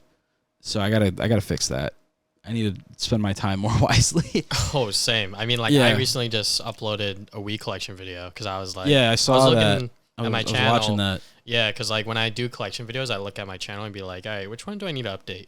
But like also at the same time, did I get new games for it? Yeah, that too. That's my struggle. Like I haven't really bought too many video games the last like 4 or 5 years. So I'm like, all right, I haven't done a Wii collection in a while, but I also did get a few new games. So I was like, all right, fine, I'll do an update for it. But then I was like talking about the games and I was like, I haven't played this. I was like, fuck, I should play these. Yeah. When we went to Video Game Trading Post, like I did all those trade-ins. I ended up rebuying a lot of those games. Shit. Yeah. Yeah. I was like, I think I was just low on money at the time. Okay. And I was like, I think I don't really need these games right now. I mean, then like I sold a copy of Mario Kart 8 that I had because I was like, I have it on the Switch now. But now I'm like, I kind of want to get back into game collecting. So I'm just going to rebuy Mario Kart 8 on the Wii U. So I did that. I think I traded you a couple games. Yeah. I bought Sonic Free Riders again. I got it like last week. Yeah. Yeah. I still have that in my closet somewhere. Yeah. Yeah. I don't even have a Kinect. Oh, wow. Yeah. I have my Kinect. It's just in a drawer. Yeah, but collecting dust. I don't know if you want to pull that out for Sonic Free Riders. No. I mean, my Xbox 360 is not even plugged in. So. I mean, I played the demo for that because my brother had a Kinect. That was my first game I got with my Xbox. I mean, I was just like, this is so buggy and so trash. I'm not even gonna like attempt to like entertain it. You know? I had a family friend over, I think, around the time I got it, and like he was just getting pissed off because like it's terrible. He could not he was trying to play the game and it was just not working. Like the Kinect was a cool piece of technology, but it wasn't perfect. It wasn't perfect. That was my introduction to video chat though. Video Connect was video chatting and all that. That's how I met you and Curtis. So it was like, yeah. What else do I have on here? I saw. Okay, so back to like Team Ben 56. What's up? So like you left, right? Uh-huh. Like I said, there's no communication really. So you just kind of left, and then like I just ego left. I was like, fuck like this I saw shit, your bro. update videos, just like your profile picture with just you talking, and it was like in the title "Leaving Team Ben 56." I was like, what the fuck? Like it was my 10-year-old head was just like, what is happening? Like I was just like, I was genuinely in shock. I was like, because you didn't tell us, you were just like, yeah, I'm leaving the channel, and then like I don't know, Curtis was just like, we need a new member. So I guess, I don't know. There was also no communication really between us either. So like, I don't think I even approved of it, but he was just like, yeah, Sonic Mario Team is our new member. If you've ever watched Chaos Bender, Bo Black's, Bobbery 18, the Trashy Trio, you've probably seen like a lot of their stuff talking about SMT. I have some history with him from before all that, because he was making knockoff stop motion videos on his videos and a couple of other people. And then like, I think like not even a weekend, like Curtis ended up firing him and like making, cause like this kid is just ripping off everyone. Like, I don't know. Like I forgot what the whole concept, it's been so long. And it's been, I don't remember it all too much, but like, yeah, I think I remember talking with Chaos at one point. I was like, yeah, I've known him like longer. like he's been doing this for a long time. Like this isn't even new for him. Like now he's just doing like Let's Play ripoffs and stuff, like stealing everyone's style and shit, like copy pasting like their profile pictures, basically, like changing a letter or whatever, and like I don't know. I mean, like, look, yeah. I was doing my fair share of copying. Yeah, I asked him before if he even remembered SMT. He said no. I don't. So I think if I Google it, I'll probably. There's not too much. I tried looking up like his current stuff. I can't find anything. I don't think he even has like a current YouTube channel. Familiar, he's been under so many aliases since then. Like I think it was like Luigi Dude, a couple other ones. Like I don't know. Like for a while he was ripping off Chaos Bender though, and then it became like a fucking joke. Like they would just like Chaos would just archive all his videos. Like he would like delete, like because you know he just being called out for ripping someone off. Like he kept making like apology videos and then like just ripping them off again the next week or something, and like. Yeah, it was like a whole. I remember like witnessing all of that. Yeah, like because I remember, somehow it came up in the little space I was in that SMT was like ripping off this guy Chaos Bender. I'd never even heard of the guy, and then he was ripping off like multiple smaller channels, like doing playthroughs and stuff, and then I reached out to him. I was like, dude, like. He's been doing shit like this forever. Like, yeah, I mean, you know, people will do shitty things. Yeah, I think he like I think you like photoshopped like a channel. Like, remember like how YouTube used to be? You had like your own channel with like your own color, like your own background. Oh my god, my brother would make great fucking like Sonic ones. He literally stole your like your background. He was one of them? Yeah, he literally stole your background and just put it as. There was a couple of people that did that. I don't think he even like. I think like because you had like a partnership, so you had like the banner at the top. Yeah. His channel didn't have that, so like you could kind of see it, but it was hidden by like YouTube. Yeah. YouTube. So YouTube like used to be so much more like cool. Yeah, it was a lot more personal. You could do so much shit. I remember the bios people would do. Yeah. It was so fucking crazy. It was like, you know, like MySpace, Tumblr days. Yeah, and shit like that. Dude, I miss those days. But now it's like when you go on a YouTube channel, the about section is like the last. Yeah, everything's tab. so generic. Yeah, and like everyone has a channel banner now, which is good because like now everyone can like express. Yeah, exactly. Like there's some pluses to it, but also they took away a lot of stuff too. It's not as much color. The channel boxes aren't even really present anymore either on the sidebar. So it's like, come on. Can't even share the people that you like, the people that all your friends that have YouTube and stuff. Yeah, exactly. Like, yeah, it's a shame. It is what it is. I miss the good old days, but like, you know, there's some things we've lost along the way, but I guess some things we've gained. Yeah. In humor. Yeah, I miss video responses. Video responses? Yeah. Do you remember those? I do remember those. I think they got rid of them though because of like the reply girls and the that would do those and shit. Know. Yeah. I think people would. I mean, sometimes, like, occasionally, you know, like today they would be like, hey, you know, like, this is my response to this person's, like, I guess, like, top 5. These are my top 5. Yeah, it was like a separate, like, you would go down on the video and there would just be, like, a thing that says video responses. It would be, like, and then the title of your video, and, like, someone would just, that was really cool. I think that they could bring it back today, but the channel creator has to, like, approve of those. I think, because I don't think there was any filtering for it either. So, like, anyone could just, like... You could, like, I think, like, any big YouTuber that put out a video, there'd be, like, a bunch of people doing video responses. You'd, like, search the title of the video. There'd just be, like, all these, like, random videos that either had nothing to do with it or just, like, just kind of trying to get views off of the video or whatever. Yeah. It wasn't perfect, but, I mean, you know, and the dislike button, too. That sucks. Like, that's, like, the coolest thing YouTube had compared to, like, everyone else. I think that no clarity for that just makes it so when you look at a tutorial, all right, is this tutorial good exactly. or bad? Now you have to go to the comments and be like, all right, it's so stupid. Hopefully someone says something. I definitely think the main reason they got rid of it though is just because of brands. Maybe. Yeah, because like, you know, the Call of Duty trailer from a couple years ago that got like dislike bombed to hell. I mean, look, like, when brands do shitty things. Yeah, exactly. So they were like, we don't want bad press, so can you like get rid of the dislikes? They probably pressured YouTube, I feel like. Maybe. I think. Yeah, and I mean it happened to YouTube as well with the YouTube Rewind. It became like the most disliked. It's so ironic. I still laugh about it to this day. Like the most disliked video on YouTube is a video from YouTube. Yeah, because they had no idea what the fuck they were doing. It just showed how out of touch they were with their own platform. I mean, I'm so out of touch with YouTube whenever I see like the new like top creators. I'm like, who the fuck is this? Yeah, I'm at that point too now. Because it's like YouTube's gotten so big. Yeah. Like it's not like Ray William Johnson and Fred anymore. It's like, who the fuck are these people? Yeah, all these names pop. They have like 10 million subscribers. I'm like, who the fuck is this? It's like subgroups too. Yeah. It's like the beauty people. You exactly. got the vloggers. You got. Yeah. It's crazy. Oh my God. Yeah, it's so weird now. Like all the trending people and stuff. It's like, oh, this person did this. I'm like, who? Mm-hmm. What? Yeah, it's the same thing with TikTokers. I'm like, who the fuck is this? Yeah, I don't even care for TikTok drama. All the TikTok drama, I don't even know anything. Yeah, I've only heard a couple names because they're just in fucking headlines everywhere. They're like inescapable. But like, if it weren't for that, I would not know who I wouldn't know who fucking Charlie D'Amelio is. Or Addison Ray. Like, I only know them because either their names are plastered fucking everywhere. Their names are just they're just inescapable. So I'm just like, okay, that's a celebrity kid, I guess. I don't know. Yeah, that's just the way it is at this point.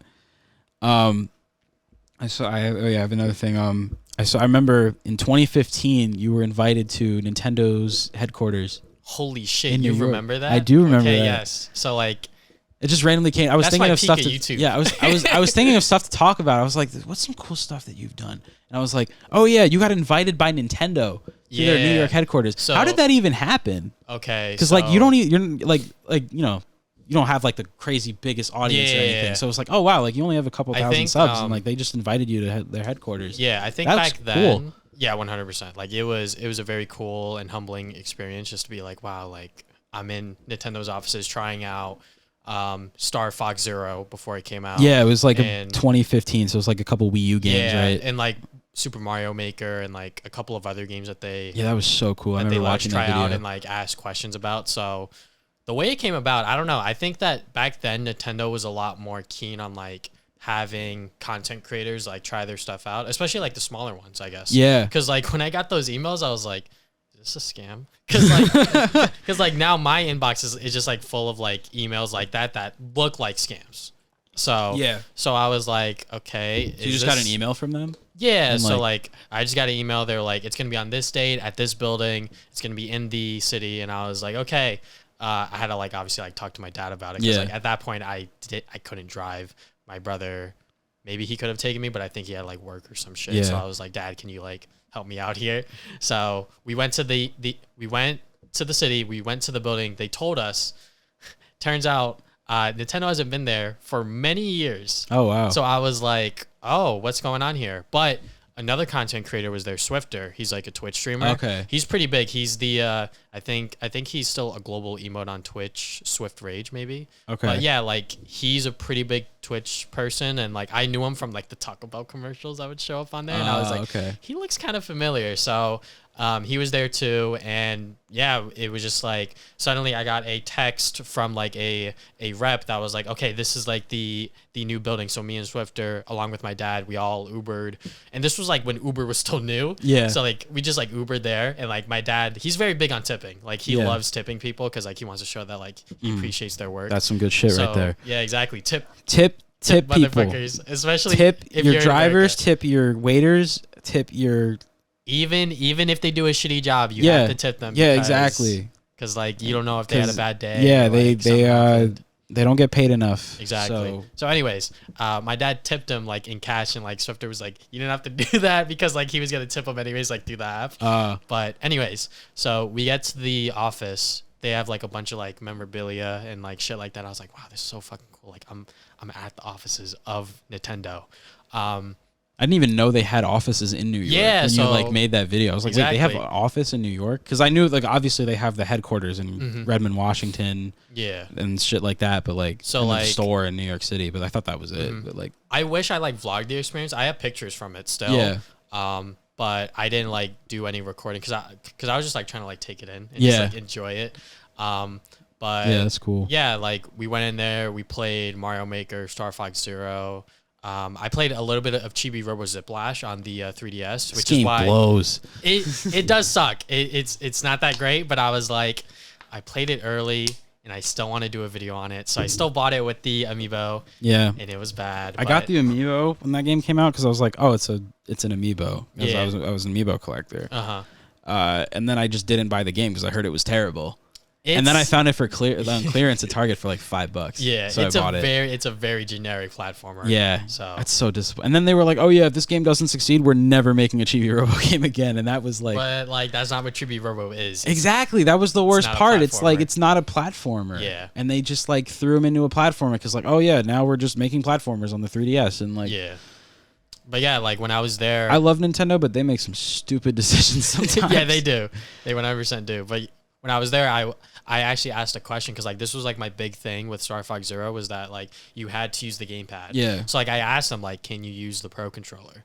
And like I think I recorded footage with like my camera or whatever the fuck I had. At the time. And like I asked like, can you use like the Pro controller and not the gamepad? And they're like, the gamepad's like pretty essential for it. Which like after the game came out, which I still haven't played by the way. Oh really? I haven't either. I still haven't played the game. I have it, but I haven't played it. I never got it. But everyone said it was bad. I was like, that's why I was kind of like turned off by it. I was like, fuck man, I love Star Fox because like I love Star Fox Assault. Like that is like by far like my favorite Star Fox game on the GameCube. Yeah. But when it came out, I was like, fuck, do I want to shell out $60 for this shitty game? I mean, it came with a tech demo. It did. It came with another game, so like it was a nice deal, I guess. But like, I think now it goes for like $30. Oh yeah, you can less than that. Yeah, 100%. You can just get it brand new on Amazon still for about $30. Yeah, I have it in my collection. I was thinking of doing that, but I just haven't gotten around to it. Yeah. I have more important things to be spending money on. But yeah, like after I'm not that, gonna play. Me and Swifter, you know, we follow each other on Twitter still.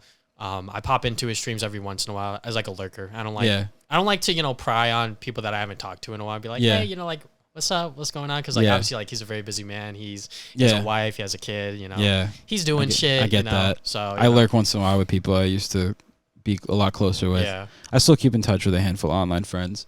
But yeah, once in a while. That was a lot of fun. And then there was another time when Nintendo invited me to like a party for like it was the Uniqlo drop of like their clothing. Oh really? Yeah, but I didn't know that. But I couldn't go. Oh, the problem was that's probably why I didn't know about it. The problem was that it was 21 over, and my brother wasn't 21 yet. So I was like, fuck. You'd have to bring him with you. Yeah, and like we didn't know that until the day of. Oh wow. So like we were ready. We were about to go to the city on the train, and then like, oh yeah, it's like 21 plus, and I was like, fuck. But like, damn. But like that's when they like sent shirts. So like I did like a unboxing video. It's very out of focus. The video is very out of focus, but I did like a unboxing video of like shirts that they gave me and my brother or whatever. That's cool. I bought a couple of those. I remember. Yeah. I think one of them I don't have anymore, but I have like I have the Metroid one. At least they made up for it. I could have made a sick ass video out of it, but shit. It's okay. Well. It is what it is. It's okay. You know? And then after that, like they just haven't reached out. They used to follow me on Twitter, like the NOA account they used to, but I think, like I said, like I think they just like distance themselves from content creators for whatever reason. Yeah. It could have been with Nairo or whatever else happened with, you know, content creators and shit like that. But yeah. I'm not entirely sure exactly what happened there, but obviously I still like Nintendo with what's going on in the news right now with the whole the workers place, how they treat. I'm a little disappointed by that. Yeah, with their contractors. Yeah, even Reggie like said like this is not the Nintendo. Yeah, like that's like when you hear Reggie say that, like that's how you know look, like something's not right. He might be playing it up for his book though. Maybe. I mean, I'm gonna read it. I'm gonna read his book either way. Yeah, I don't even read books, but I'm thinking I'm gonna read it because I'm very interested. Yeah, you know, like I'm very hesitant to get the new Kirby game now because I got it. Yeah, it's fun. Yeah, I haven't Damian played it likes too much, it, and like he's like a big Kirby guy, so I'm like, I'll probably like it, but I'm like, do I give them money? But like at the same time, it's like it's fucking Nintendo. Parents are still gonna buy it. Kids are still gonna buy it. Yeah, so like, it's not like so like and you know what? It's in the news now. Like they'll probably figure something out. Hopefully, like, I can't see it being like this forever though. Yeah, I think like now that they've got media attention, they're probably gonna have to make some changes. Yeah, because like when me and Damien reported it on the 2 episodes ago, we were like, there's only one report. We don't know much about it. And then like our current episode that we have right now, that's out. It was like a lot of shit came out. Yeah. And we were like, oh, fuck. Yeah, I knew like something. the Washington Post and shit like that. I knew like, something was up when Kit and Krista left. Oh, yeah. I was like, wait, what? Like it was so weird. Mm-hmm. Like it just happened out of nowhere. Like I saw their Instagram post like, oh yeah, we're leaving Nintendo. I was like, what the fuck? Like what? And then now they're doing cool shit though. They have a YouTube channel together now. They're still making content together. That's awesome. Mm-hmm. I didn't watch too much of Nintendo Minute, but I watched it every once in a while. I love their enthusiasm and all that. Like they looked like they really knew what they were talking about, and like those were definitely 2 people that are, I wouldn't say the faces of Nintendo of America, but 2 faces that people really recognize when they think about them. It's like, oh shit, you know, like Curry and Krista, you know, they're talking about the newest Nintendo product, and now it's like they're not doing that anymore under Nintendo. They're doing their own thing, which, you know, shows that now they can talk about Xbox and PlayStation. Yeah, though. They could do whatever the fuck they want. So that's pretty cool. That's cool. They have a podcast together. Mm-hmm. They have a Patreon. Like they couldn't have done that under Nintendo. Oh yeah, 100%. They probably were like, you can't take extra money. You're under our salary. Now they can bring their audience from Nintendo Minute and just do whatever they want. I think that's awesome. Yeah, it's kind of like what Game Over Greggy did with Kind of Funny Games. Yeah, which like when that whole thing launched, I was like, shit, like this is kind of big because like he was like the face of IGN to like a certain extent. So like, you know, now he's like doing his own thing, and like he's pretty good about it. Like he talks about literally everything because he's a fucking big ass nerd and he has multiple channels for that. And some good shit. I really look up to him as like a game journalist, like coming up and shit like that. So maybe I'll work for him one day. Who the fuck knows? Oh, that's cool. You're interested in gaming journalism? Like, yeah, like that's what I'm going to school for. Oh, journalism and shit like that. Because like I knew that like, because like, you know, the whole League of Legends thing, which is like a whole other topic. Yeah. You know, I tried to go pro in League of Legends. Just by the way, I made a whole update video on it when I was coming back to YouTube because the whole pandemic happened, obviously. Yeah. And I was playing League and I was like, this shit sucks. Yeah. So then I started watching anime more and shit like that. And then I was like, Last of Us 2 came out. I'm really excited for that game. And then I made like a 30-minute video on it. I made an article about it. And then it got featured on medium.com's gaming section and shit like that. So like I was doing like a lot and I was like, yeah, like I knew that this was my plan B. So like I'm glad that I'm like 1 year away from getting this degree now. So when I get that, I'll see what I can do with it. Hopefully, you know, work somewhere that I could just talk about games all day. Because that's literally all I want to do. I just want to play games, talk about them as a job, and like, you know. That's awesome, man. Yeah. Much respect. I mean, like, I hope you get somewhere with that. Thank you. I was doing gaming journalism content before I even knew I was doing that, you know? Like, I was making thoughts videos, the podcast, everything like that, you know? So it's only up from here. Exactly. Just keep going, man. Thank you. You know, I'm very hopeful for my future, you know? Yeah. Honestly, like, Travis has been pretty consistent over the years. Pretty consistent. I would say. Like, more than me, though. Yeah, like I was like 2019 was a drought just because I was doing the whole League of Legends thing. Yeah, but like he's still been pretty consistent with making content. Like, you know, he doesn't get like crazy amounts of views, but like, you know, he still like does a lot. You see, like I always tell myself I don't look at the numbers because I really don't.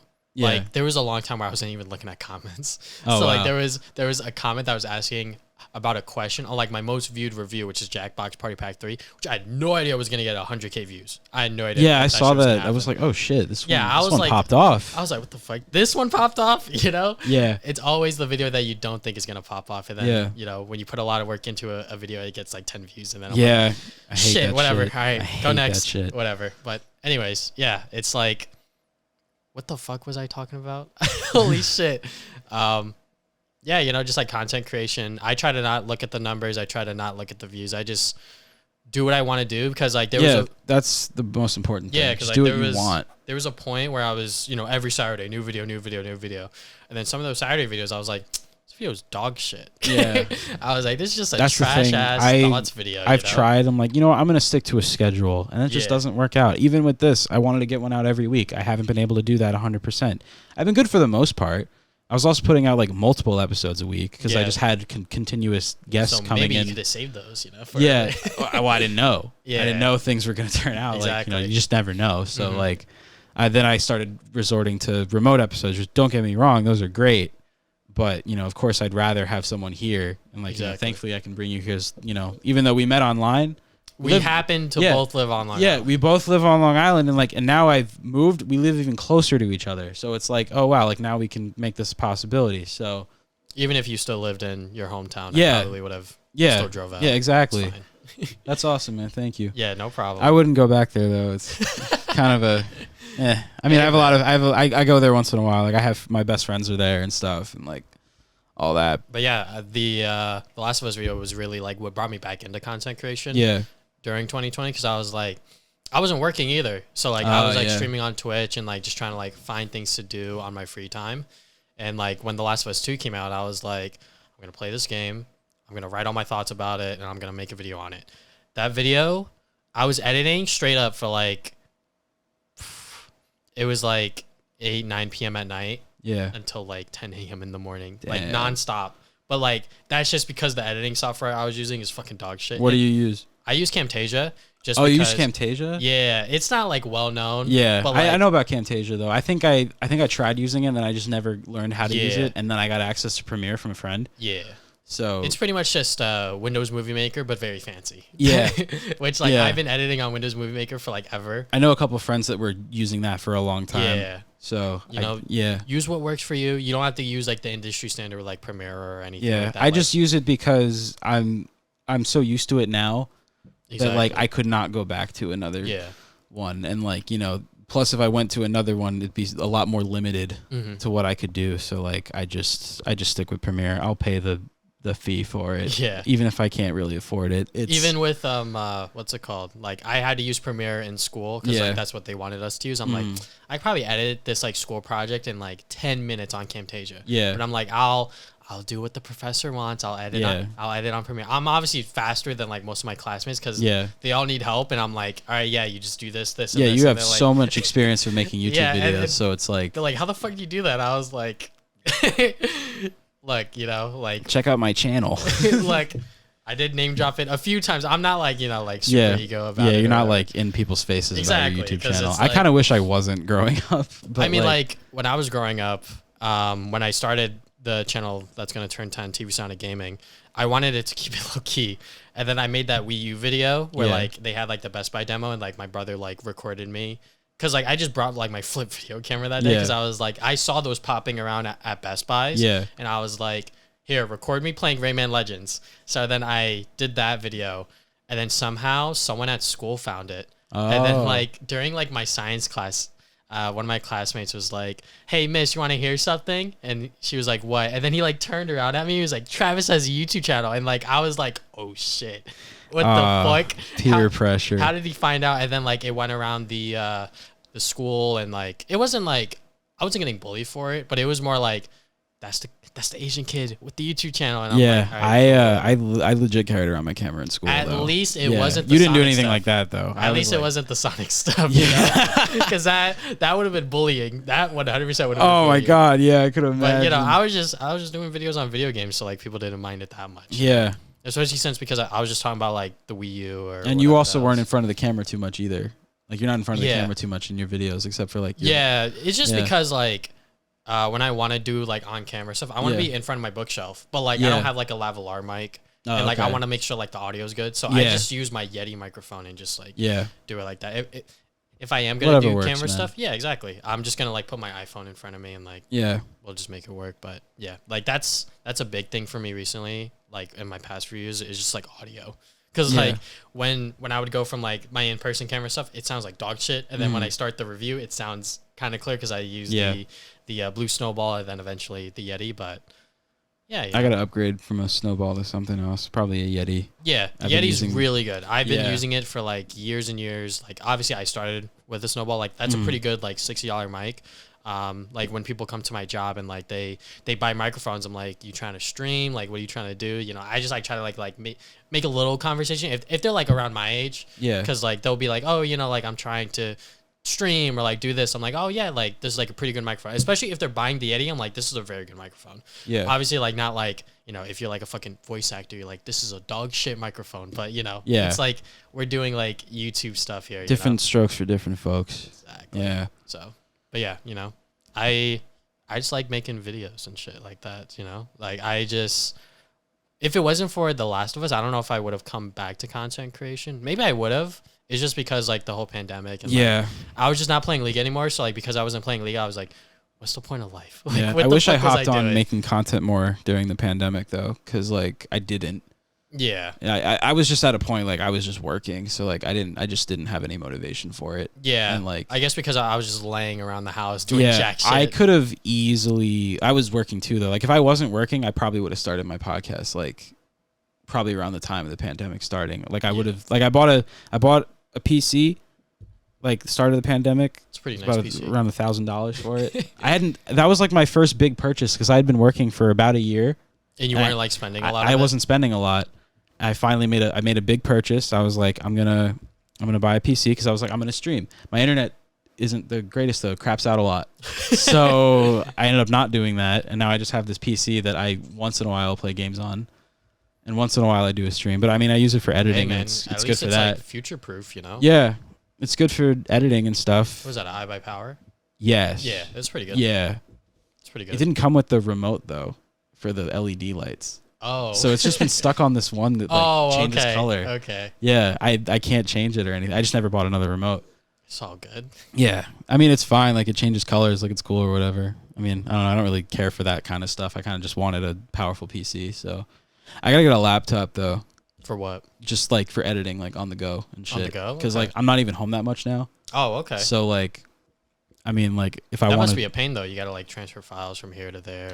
I can handle that though. Like I put out all my stuff on an external hard drive. Oh, so okay. Yeah. Then you're good. Yeah, I can just I have like a 2 terabyte. I've had that thing for like almost 5 years. Yeah. And I think it's only halfway through. I need to buy another fucking hard drive for my computer. It was like $100 I think for like 2 terabytes, which is not bad at all. That's pretty good. So like, and it's lasted me this long, and I think it's starting to get there where it's starting to kind of run out of space, but that's also because like my file sizes aren't even that big anyway, so it's like, you know, I don't really have to worry about that too much. But I think eventually I'll probably just get a second one, and maybe like transfer, like have like some stuff on one and then other things on another. I'll have to figure that out when I get there. But yeah, I need a hard drive because like every single time I record like gameplay, I don't delete it. So like I have like Wii U games and like shit like that I might not never use again.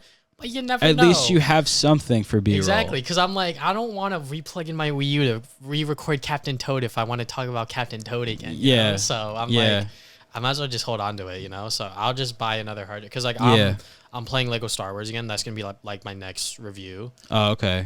You did get the game? I remember you said you weren't going to get it. I got it, yeah. I got it. It's fun. I haven't played all the way through it, though. I have to do. Like, that game's very complicated because it's like, all right, I don't want to support crunch, but I don't want the game to fail because they crunched it, you know? Yeah. Because it's like, all right. I wanted it because it's Lego Star Wars. Yeah. I don't even, honestly, like. I used to play Lego Star Wars all the fucking time. Yeah, my first Lego game was Lego Star Wars 2 on the Xbox 360. A friend of mine let me borrow it. And I was like, because I think I'd like heard about the Lego games, but I never played any of them. And then like Lego Star Wars 2, I played it and I was like, this is amazing. Yeah. I was like, this is really fun. And then I think like Lego Star Wars, The Clone Wars came out. So I played a lot of that. And then like I got Lego Batman 2, a couple other ones here and there. And then like my brother was really into them too. I think the last one we both got was like the Lego Movie video game or like the Lego Marvel superheroes or something movie like that. tie-in games are such a thing of the past. It's kind of crazy. I miss them. I understand why they don't make them anymore. Yeah. Because like, you know, that takes a lot of time and like, yeah, the quality, they weren't even that good half the time. But like, I was thinking about it recently. Like if I want to start game collecting it, I think I want to just buy movie tie-in games of like movies that I grew up watching. Even if the game sucks, I don't care. Like I bought Fantastic Four: Rise of the Silver Surfer on the Wii. I got it last week for like $5 or something. Not even. Am I gonna play it? Who knows? But it's a game based on a movie that isn't that great. But I don't know. I like Marvel, so yeah. I mean, like I played the first Lego Star Wars game on the PS2 with me and my brother. It was like 100% of it. And then when the other ones came out, I was kind of just playing by myself. Yeah. But this new one. It's pretty good. Yeah. I really like it. Yeah. I'm still not used to the whole like third person thing or like it's a lot different. It's definitely the most ambitious Lego game. It's pretty much just like a 3D platformer. Yeah. That's how Damian described it. He was like, this is pretty much just like a 3D platformer. Yeah. And which isn't really a bad thing. Yeah, it's not a bad thing. But like I could see like how much care they like put into the game because there's a lot of shit to like collect. I know, it's so crazy. Yeah. Like they have like tons of side quests, all this other shit. And like when you unlock characters, those are missions. Yeah. So but yeah, I need to do the Disney trilogy, which like all of those movies. Yeah, I did The Force Awakens. I haven't done Last Jedi or Rise of Skywalker because they haven't Lego-fied those, so I want to see how they're gonna make fun of them. Yeah. Yeah, I'm really curious. Because do you have a mumble mode turned on or no? Or do you have mode? No. I have the voice acting. I turned on mumble mode. I want to do that. I want it to be more nostalgic. Yeah. But like even if you have mumble mode on, there's still like subtitles that pop up when they're mumbling. So it's like but there's like words on the screen. So it's like what? Like I don't even want subtitles. I mean like I get it because like it kind of helps you to get through the game and figure out what to do. But like I don't know. Like the original Lego Star Wars games like had nothing like that. So it was just trying to figure everything out. I mean, yeah, they're fairly easy. Like they're not like challenging games or anything. They're made for kids, but like, you know. I will never forget when the Lord of the Rings game came out. And that was the first one with voice acting, and I was like, what the fuck? This shit is weird. No, I think Lego Batman 2 was the first one with voice acting. Yeah. I got Lego Batman 2 and I think that was the first one that I saw with full voice acting was the Lord it was so weird though. Yeah. I was like, I don't know if I like this. Because and then it just became the norm for every game after that. Yeah. So then when they announced the Skywalker Saga was going to have a separate mode or like a Switch thing you could put on that, you know, has the mumbling like the original games, I was like, oh, that's cool. Yeah. I'll take it. It's something. Yeah. I'm excited to play that. And then afterwards, I think the next game I'll play is the Guardians of the Galaxy game that came out last year. Because I heard that game's like very, very good. My friends have recommended it to me. I haven't played it.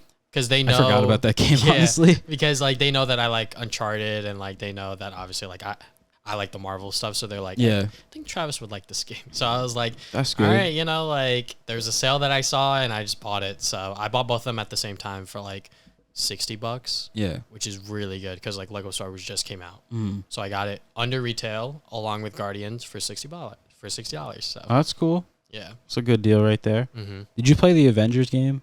No, because I heard it was so fun. Yeah, I heard it was terrible. I think it's like you can buy it for like $20 for the PS5. Honestly, I was thinking of maybe getting it. I was tempted to buy it because of Spider-Man. Yeah. But then I saw the Spider-Man gameplay. I was like, the fucking Avengers engine is so like strict and like what they can do. Yeah. It just looked so bad. I was like, I'm not going to buy it. Yeah, I was thinking maybe if I can find it for like really cheap, I'll get it for PS5 or something like that. But I'm not going to hold my breath on it though. Exactly. I'm probably just going to pass on it, but maybe someday.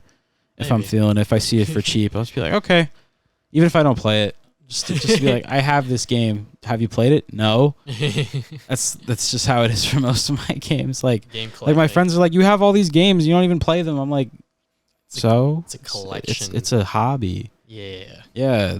might not be the most it might not be the most financially smart thing, but hey, especially if you don't have money coming in. But I think a lot of people during the pandemic found out if they have a hobby or not. That's why I got so many Blu-rays in 2020. Yeah, because it's like when the pandemic happened, like those people that wanted to go outside, they're like, fuck, I can't go outside. Do you have a hobby indoors? No. All right, that's why you're bored as fuck. Yeah. Because like during the pandemic, I was having a blast, man. Like I was watching anime, I was getting into manga, like I was playing games here and there. You know, like I was having a great time. I wish I had more of that, but I was working. Yeah. So I couldn't really do much of that. And then when people don't work, it's like, all right, what do you do on your off days? People usually go out. Yeah. And then when you can't go out because of everything shut down, it's like, what can I do? Yeah. Yeah, been there. It was I remember like I took a week off in the beginning, and then it happened so fast. So I was like, I'm already back, and I didn't really do anything. I think I streamed a lot that week. Like I played a lot of Animal Crossing on Twitch because it like had just come out. Yeah. So I was playing a lot of that. And I'm so sad that I couldn't like enjoy New Horizons as much as I wanted to. I played it the first month, and then I didn't play it for almost 2 years, and then my girlfriend got a Switch. And you're like, she got Animal Crossing, so I guess we're playing. I've been playing it ever since. That was like about 2 months ago. I've been playing it now. And okay. There were barely any weeds, though, so I didn't have much to do. Like, that's what I'm scared about. I'm like, there wasn't much to clean up or anything. I gotta clean up. It's like they freeze your game. Like none of my villagers had moved out or anything. It was like right where I left off. It was crazy. That's crazy. Yeah. I talked to the first villager I talked to. I haven't seen you in 1 year and 11 months. Like, and I'm like, oh, hi. Hi. I forgot some of my villagers that I had. I was indoors. I had some of them that I had in New Leaf that I was really excited about. I got those by chance. I was like, oh, wow, like that's awesome. Oh, my God. The whole like amiibo card thing that was going on. With eBay and shit. Like that was crazy. When I was looking at the price, I was like, these amiibo cards, like a single card was going for a lot of money. I unscanned. I was like, okay, guys. Who cares if it's unscanned? It doesn't make a difference. I think when you scan it, it takes the villager away, maybe? No. Really? No, because I've used my cards on like my girlfriend's Switch. And, really? Yeah, they don't. Maybe they updated it. I don't know. I don't think so. I think it's the same. I could be honestly. Wrong. I probably am wrong. I don't know. Doesn't matter. I don't know. I don't even use them that much, but I got like the Sanrio set because it's like, oh, cool. These like little collector's items in the game and stuff. You can only get them with the cards. I was like, I might as well get them. I don't really care for Sanrio, but I was like, it's like $6. Yeah, I'll buy it. Hello Kitty, dope. Some pretty cool shit. I don't even need to use it in my house or anything, but like just to have it in my game or whatever, that's fine. I have a friend that's like really into that kind of stuff, so she was like all over it, like when those came out. I think she bought like custom ones off Etsy though. Like, they were like really tiny. Oh yeah, because that was when the cards weren't in stores. Yeah. So she ended up just getting these little tiny ones. Yeah, with the NFC transfer and shit like that. So. Yeah. Yeah, but now like I went to Target and like they have like a ton of them. Oh yeah, like they restocked. Like, but a lot of stuff. It's just the Sanrio packs though, and like no one's buying them because I think they recently restocked the other series. Yeah, I got a couple of those too, but I haven't seen them restock the Welcome Amiibo ones though. The ones with the RVs. I really wanted some of those, but I don't even have any of those. I wasn't buying stuff at the time because I was a broke high school kid. Yeah. I think like every once in a while I get like an urge to just buy like a bunch of Pokemon cards or like. Oh my God, man! Don't even get me started with the Pokemon cards. I see in the background of all your videos, like your bottom shelf has like the binders of like the black and white sets and all that. Yeah. That was around the time I was, I think like watching your Pokemon card opening videos from your old channel, like inspired me to like buy a bunch of them. And then like I didn't for a long time. And then like every once in a while, like the Pokemon card boom from like almost 2 years ago now. Yeah. Like because of the pandemic. Yeah. That got me to buy a bunch of them. And then I don't know. I bought a bunch and then like, I don't really do anything with them though. They're just sitting in a bin. I kind of just like, okay, like these look cool.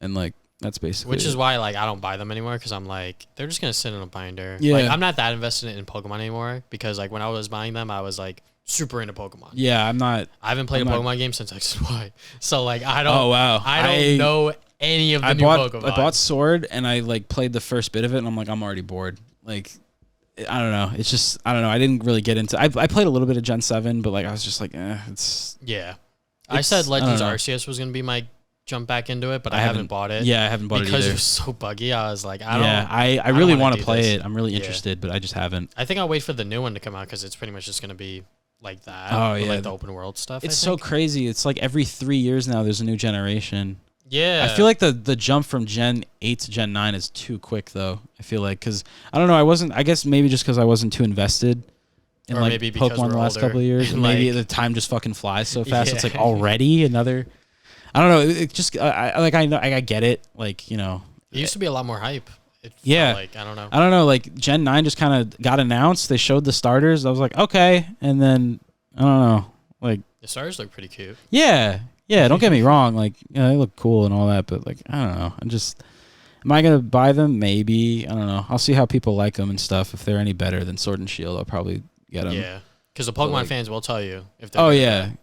I was just so turned off by Sword and Shield though, because like the national dex wasn't a thing. I was like, then what the fuck's the point? Like, I don't know. I just feel like they could be doing so much more with Pokemon, but like I think they're just getting lazy because it's just like, you know, because like they're the most profit. Yeah, but like, you know, at least like the older games, like it looked like there was a lot more effort put into them.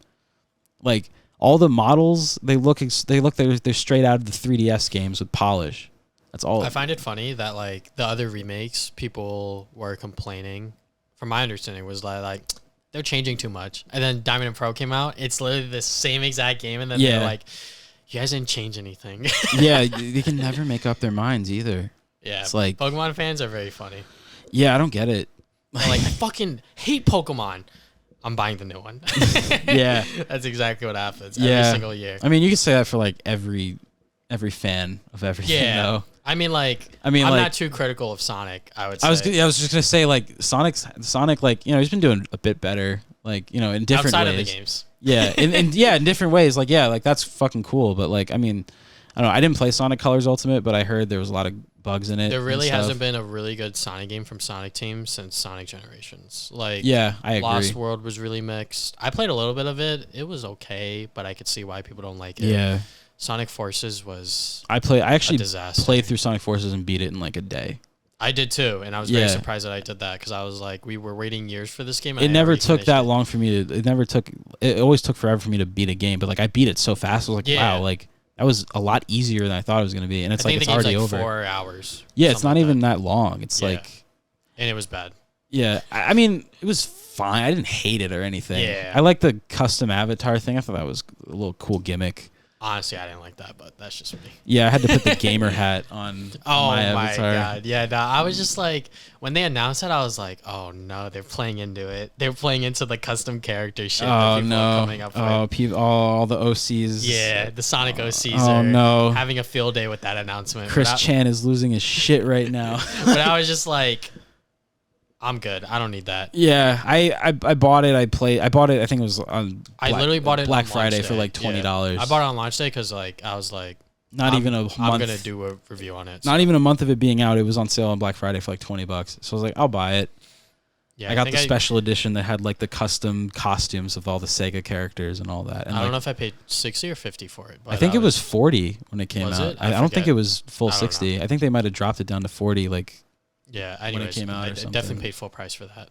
Yeah. And now with this new Sonic game, it's like, let's hope they do it well. I don't know what's gonna happen. I'm really curious because, like, yeah, it sounds cool. It's like an open world game and all that. Sonic Breath of the Wild type beat kind of thing, but yeah, Ian Flynn's writing for it, which is kind of exciting. Yeah, because like he's always, in my opinion, he's always done a really good job like writing for the Sonic characters because he knows them a little too much. Yeah, I will say. A little too much. So he definitely knows like how the characters should be and how they should interact. So I'm excited to see what him writing for this game can do for the story, because the Sonic stories have been honestly not that great over the past few years. Even Sonic Generations, because it was like... it was a little generic. Yeah, you know, like Sonic Colors, Sonic Generations, like that's just like a generic Sonic story. Yeah, so. I didn't even care though. Like Generations, like I was just excited because there's like all these characters in the game, even if they didn't have big roles or anything. Which is why the fact they were in the game. Yeah, which is why I didn't like Forces, because it was like they were trying to like play into like this darker Sonic story where like Sonic lost, Eggman won, and then it was like time jump after time jump and like all of this other shit, and I was just like, I liked the fan service in Forces though, like seeing. Like seeing Chaos Zero in there and I don't know who else. some other characters. Yeah, it's something. What was it? I know Metal Sonic was in it. Yeah, Metal Sonic was in it. That was cool.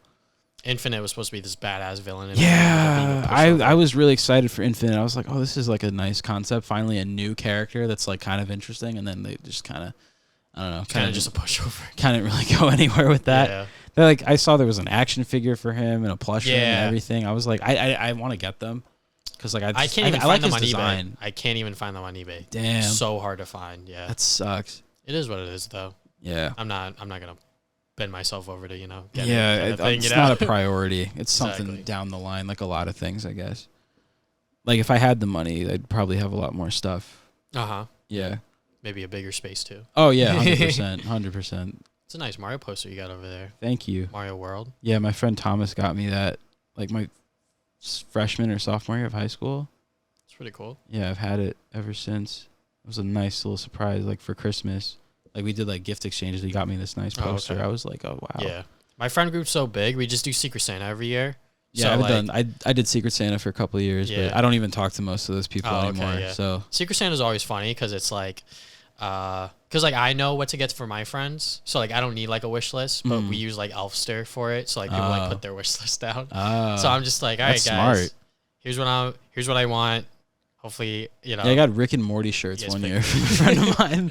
Like I liked Rick and Morty, but like I don't know, I wasn't like super crazy on Rick. I don't want to be associated with that in public type beat. Yeah, yeah. I don't know. It's there's definitely. I also haven't watched the show in years. Yeah, so. There's definitely a stigma with Rick and Morty fans after that whole Szechuan sauce shit. Yeah, I think one of the shirts I got was like the Szechuan sauce thing. I think I wore it like once or twice. I don't think I even have it anymore. I think I might have. That's definitely a stay-at-home shirt. Yeah, yeah, definitely. I think I still have one of them though, but I haven't worn it in forever. Yeah, Secret Santa's fun. Yeah, maybe I'll do it. People for it this upcoming year. Yeah, even with Damien in Florida, like we just have someone or me just like ship it down to him, and then he buys something on Amazon and then he ships it to my house. Like that's what cool. We do. So that's some cool shit. Yeah, even something like that. Yeah, I think I could make that happen. I think my brother, he did like the Reddit like Secret Santa thing. Ooh. So like that was kind of cool. He got like a bunch of like at the time like he wrote like League of Legends down, so like he got some like league stuff and some other things. That's cool. Yeah. So Travis here also has a podcast. Yes, sir. You guys haven't heard it. It's called the Travis and Damian Podcast. We mentioned it a little bit before, but yeah. I mean like how long have you been doing that now? Like I mean including the two players. Fuck, I don't even know. How many episodes you have now? Like, the two players almost reached 100, and now we're also approaching almost 100 on the Travis and Damian, and we do it every other week, like kind of consistently. Like there's some weeks where we go like instead of 1 week off, 2 weeks off because something happens or whatever. Yeah. But yeah, we've been doing it for a while, and like that was with like no like I guess training with like podcasting and shit like that. So, I mean like that's even today like we're still like getting used to it, but I feel like this year in particular with the podcast episodes, we've been like getting really good with like our discussions and like how we talk and how we communicate with each other. Just because obviously like we're best friends at IRL, but like when we have like the stuff recording, you're gonna talk differently. Yeah, like that's just how it's gonna work. Yeah, that's just how it is. But yeah, like we introduced face cams because that was something that I brought up to him. I was like, we should probably do face cams. I was wondering why you didn't just do that from the beginning. I know, right? Because it was like, because like I was watching your podcast and like when I always listen to podcasts, it's always on YouTube with the visual element. So I'm like, it adds a lot more to it. I will say. Like when I started this, I was like, it's got like I've been doing YouTube for so long. I gotta take advantage of doing it in video form because like then you can just put it on other shit too. Like I can make TikTok clips, I can do Instagram stuff, whatever it is. Yeah, so like I was just like like last month or something, I was like, Damien, we should probably like turn on our cams and like everything that like happens with the podcast is like from my end. So like other than him recording his own audio with like Audacity, he does that, and then I record everything else. So like I have OBS open to record his cam. Oh yeah, that's the exact same thing I've been doing with the remote ones. I use my iPhone to record my cam.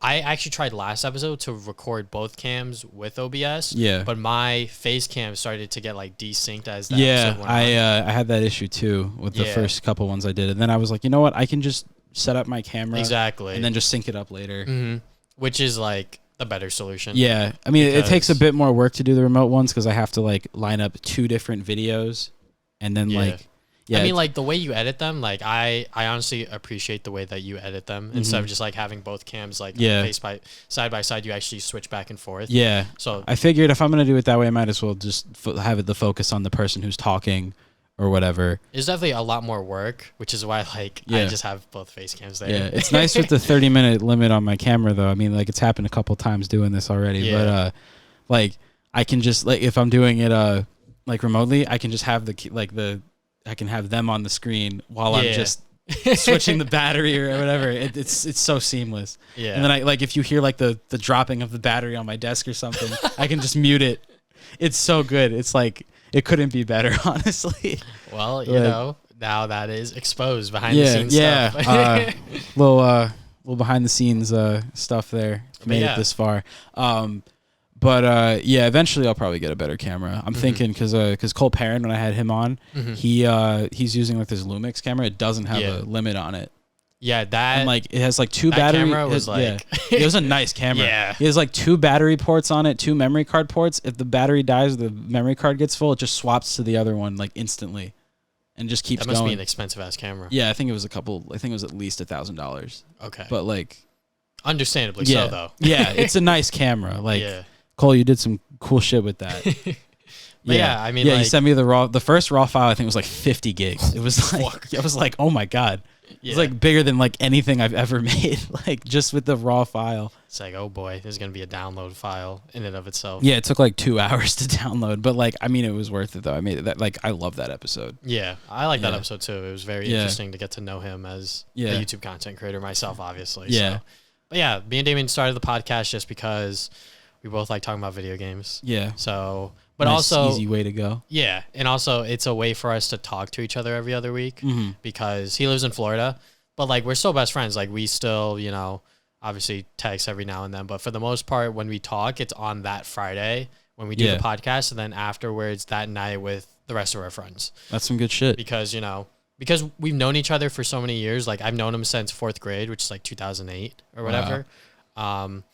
And like. Because we've known each other for so long, we don't need to talk every day or whatever. Yeah. So like we talk every 2 weeks on the podcast, talk about the gaming news, whatever other entertainment news, like the Marvel movies, whatever else that we're I like how you've expanded it's just outside of video games though. Yeah. I like how you've kind of expanded. Do you think you'd like change your name at all to like what, to just like TV Sonic? You see, like that was like, or even just like your name or something. Maybe. Like I was wondering, like, you know, because like you don't even do that many gaming videos now. Like you do, like you have a Blu-ray collection video you do every once in a while. Or yeah, like, I definitely do a lot of manga stuff and all that. I definitely expanded my pool because like that's also the content that I watch. I watch a lot of manga stuff now. But interests change over time. It's just how exactly. It is. But the channel's always been centered around gaming, which is why when I highlight stuff for the podcast, I don't highlight like our Moon Knight discussion. I don't highlight our Spider-Man No Way Home discussion. I only highlight the gaming stuff because like that's what my audience is there for. Yeah. For the most part. And like if they want to hear everything else, that's why like it's a highlight. If you want to hear everything else, you could just watch the episode. Exactly. And like I put timestamps for everything. Like that's another thing that I've been doing recently with the episodes. I gotta get better at doing that. Yeah, like I was doing it with the solo episodes because it was easier to do. But like, you know, when a discussion goes from like one thing to another, then back to another thing, and then like timestamps are a lot of work, which is why one of the podcasts that I listen to is Trash Taste. They're like an anime manga sort of podcast show. Not really anymore. Like they're just 3 anime YouTubers who just talk about bullshit. Yeah. And you know, Mudon, who's the editor, he does really detailed timestamps, which I've done recently. Like my timestamps before, like back on Two Players Podcast, and even for the early days of the Travis Damian Podcast, it would just be like, all right, news, and then a big ass jump to recent activities, and then a big ass jump to the last discussion, which is like a like bigger story or whatever. Yeah. But now I do like more detailed, where it's like we jump from one news article to another, which obviously takes more time. Yeah. And like when I'm makes editing, the episodes longer, but you know it's good for watch time. And like when I'm doing like the we have like a graphic for our face cams. I have to change the text for that graphic every single time. So that does take some time. So like editing takes a little longer, but it's fine because like it does come out nicer in the end. Exactly. And like people who use the timestamps efficiently can see like the transitions when it changes the text or whatever. So, but yeah, you know, it's just a way for us to catch up and just talk about the gaming news because like we've always done that before. Like before like YouTube and shit like that. Like we would just talk about gaming news and, you know, whatever the fuck's going on. And, you know, we both have similar opinions, which is a sort of a detriment of the show. Yeah, because then you don't have much of a debate or anything. Yeah, I exactly. get that, yeah. But that definitely sucks. But like at the same time, like there's some things that like he'll like for example, like he really liked Moon Knight, but me personally, I found it to be just a little mediocre. Yeah. So maybe you would agree with him on Moon Knight. Yeah, I mean, I don't know. Like that was the first one that like wasn't based on an already established MCU character. Yeah, like it was a completely new character, at least to the movies and shows. Like obviously he has a comic, but like this was the first time that they had to introduce a new character from the ground up, kind of thing. Yeah, exactly. And now they're doing it again with Miss Marvel and shit like that. Yeah. But yeah, you know, it's just a way for us to catch up and talk about shit. And that's good, man. Because me and him have both been getting into anime and manga, more so me. Yeah. You know, it's also a way for us to talk about that stuff because, you know, when the Demon Slayer movie came out and JJK movie came out, you know, we talk about that on the show. And even like the My Hero movies, which, you know, aren't all that great. You know, we still talk about them and shit like that. I have to watch My Hero. My Hero, it's good. I think it's a nice gateway anime just because it's like superheroes. You know? Like how can you fuck this up? It's good, but I think that when you watch other anime, you'll see the comparisons that people make when it comes to like shonen anime, because like there's a lot of shonen anime, obviously, like action anime, but I think My Hero, like it's not top 5 for me in terms of, like new modern shonen anime. I think it's definitely top 10. Like it's not like terrible, but it definitely does fall off here and there. But okay, I don't want to ramble on too long, you know, about anime and shit like that. But you know, it's just like I said, it's literally just a way for us to, you know, talk about news and catch up every week or every other week, I should say. But yeah, you know, everything is really laid on me to like edit it and upload it on my channel. And that's stuff the like thing. That. Yeah, with doing which is fine. Yeah, like, I don't mind. As long as you're passionate about it, because like exactly. Because I'm very like particular. Yeah, I nearly did like a gaming channel like back in high school, but like I don't know, I was gonna be the one doing all the work. Yeah, like with like the editing I don't mind and all that. I just all the work. I don't know. I just wasn't passionate enough for it. I was like, I've done gaming videos on and off for years. I just don't like doing them. It's just like I don't know. It is a lot of work. It's a lot of effort to put in for it, and like I don't know. I just and like plus now you got to be like all like like you know like yeah, it's just not like, me. You know, Scott, like Scott the Waz. He's fucking good. So good, such a good YouTuber. Yeah. You've never heard of him? Please. He's watch so good. I mean, every video he's ever made.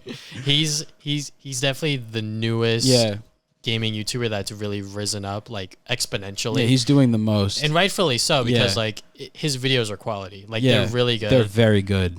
So good, and they just get better every time. And like when I do my reviews, you know, like I'm always like, I could just put gameplay in and then just render it. But I'm like, if I really want to do a review, I want to show the viewer like what I'm talking about when it comes to like critiquing or like a certain set piece or whatever. So like, you know, you got to go through the footage and like you got to like chop up which part you want and shit like that. And like it does get tedious. It does get a little annoying, but I like doing it. Yeah.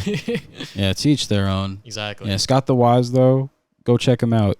Seriously, if you somehow haven't watched him, please. He's a very good. I cannot recommend his videos enough. I tell people about Scott the Waz all the time. And like the fact that when he was a little more consistent with his videos, he was also in school. I'm like, yeah, that too. Fuck, I wish I could do that because like I'm very particular with my because like you're fucking paying for this shit now. Yeah, exactly. So I'm not trying to fuck it up and like get a B or something, which you know is still good. Yeah. But like that's not what I want to strive for. I want to get A's if I can. So that's why when this past semester was going on, I kind of dropped YouTube. Like not altogether, like I was still doing the podcast and like uploading every once in a while if I had the time. But now that, you know, it's summer and like I didn't take any internships or anything like that, I'm just like, I'm going to try to force myself to play games, write reviews, write as much as possible, and just good shit, go man. From there. Yeah. I wish you the best with that. I mean, like it's definitely a little more risky because like I had a really good like internship like opportunity. I wasn't like shoe in for it, but my professor like obviously like he noticed that I was like doing good work in his class. He was like, I recommend you do this internship opportunity in the city, and I was like, I'll think about it, like to myself. And then like I went to class and he was like, did you see my email? And I was like, oh fuck. So then I was like, yeah, I'll think about it. And he was like, I kind of like need an answer like soon. And I was like, all right. So then I thought about it like during class on the way home, and I was just like, I kind of like want a break. Because, like, over the winter break, I didn't get a break because I took a winter class. Yeah. So I was like, I kind of need a break. And also, like, I'm not going to take, like, a break where I'm just going to do jack shit. I'm going to play these games. I'm going to review them, talk about them, do what I got to do. Get back in the swing of things. Exactly. Because, like, it's been a while since I played a game. Like, an actual game. That wasn't, like, Valorant or League of Legends, you know? That was just me in the game, recording, getting my thoughts together, writing about it, talking about it, shit like that. So.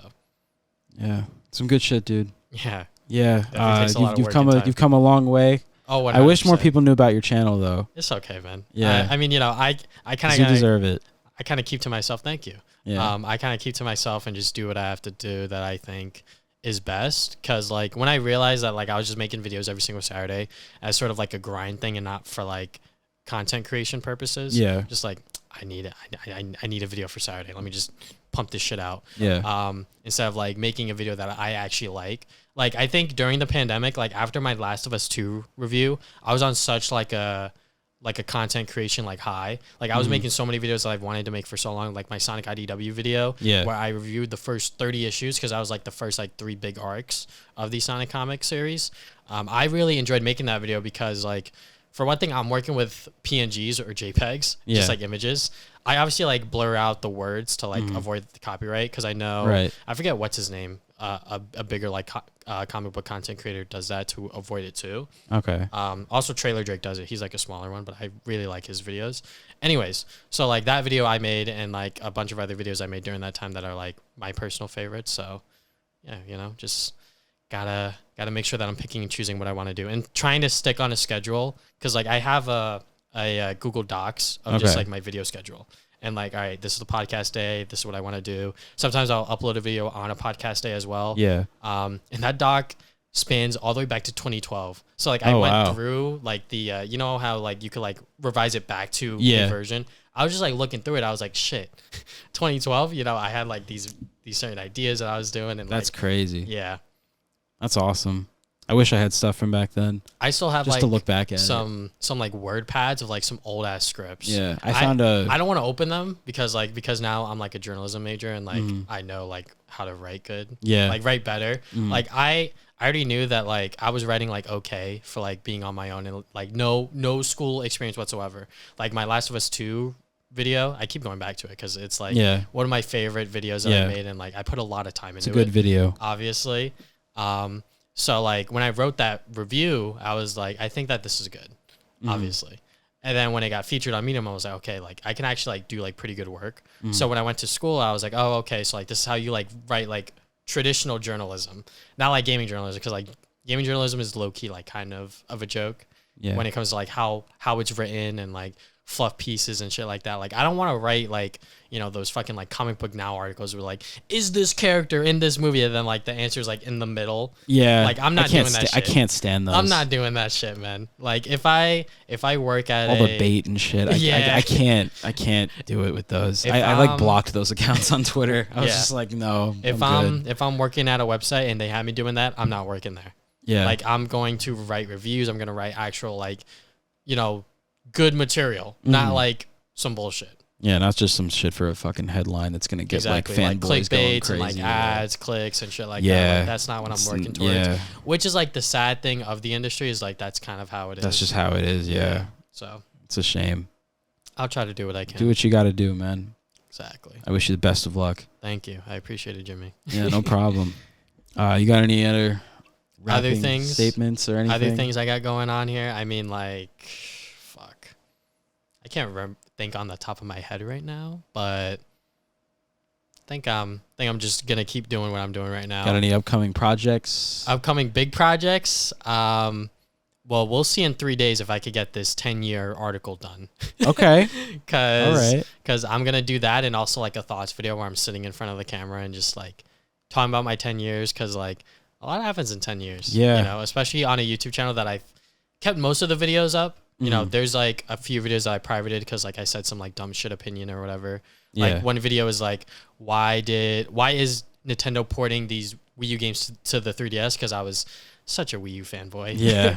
And then, you know, now I look back on it and sort of like the criticism that I got in the comment section, I was like, yeah, they're right. The Wii U is a fucking sinking ship. So like, you know, this opinion. They might as well save some games if they can. Yeah, exactly. So like my opinion on this video has changed. So I'm just going to private it or like unlist it or whatever I did.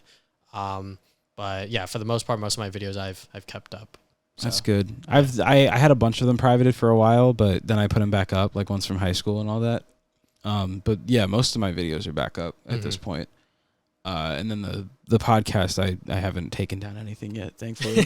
So thankfully I haven't had to do that. I'd like to keep it that way. So, yeah, I mean, like, you know, podcast editing it's not as intense because it's just like there's not even much you have to do. You just cut out like a lot of the dead air and shit. And most of when we started the Two Players podcast, we would put gameplay instead of like our face cams. And then Nintendo claimed a video that I put Pikmin 3 footage on. And I was like, we're not doing this shit no more, Damien. I'm sorry.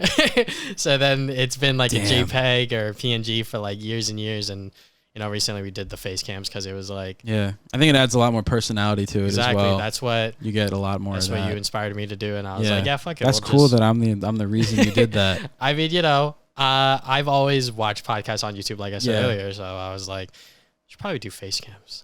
I mean, hey, it works. You know, it gets a lot more, makes it a lot more personal. Yeah, you get a lot more of a connection. Yeah, more of a reason to people to watch. Yeah, exactly. Because if it's on YouTube and you just have the audio, it's like, you know, you're just looking at the same picture for like an hour or whatever.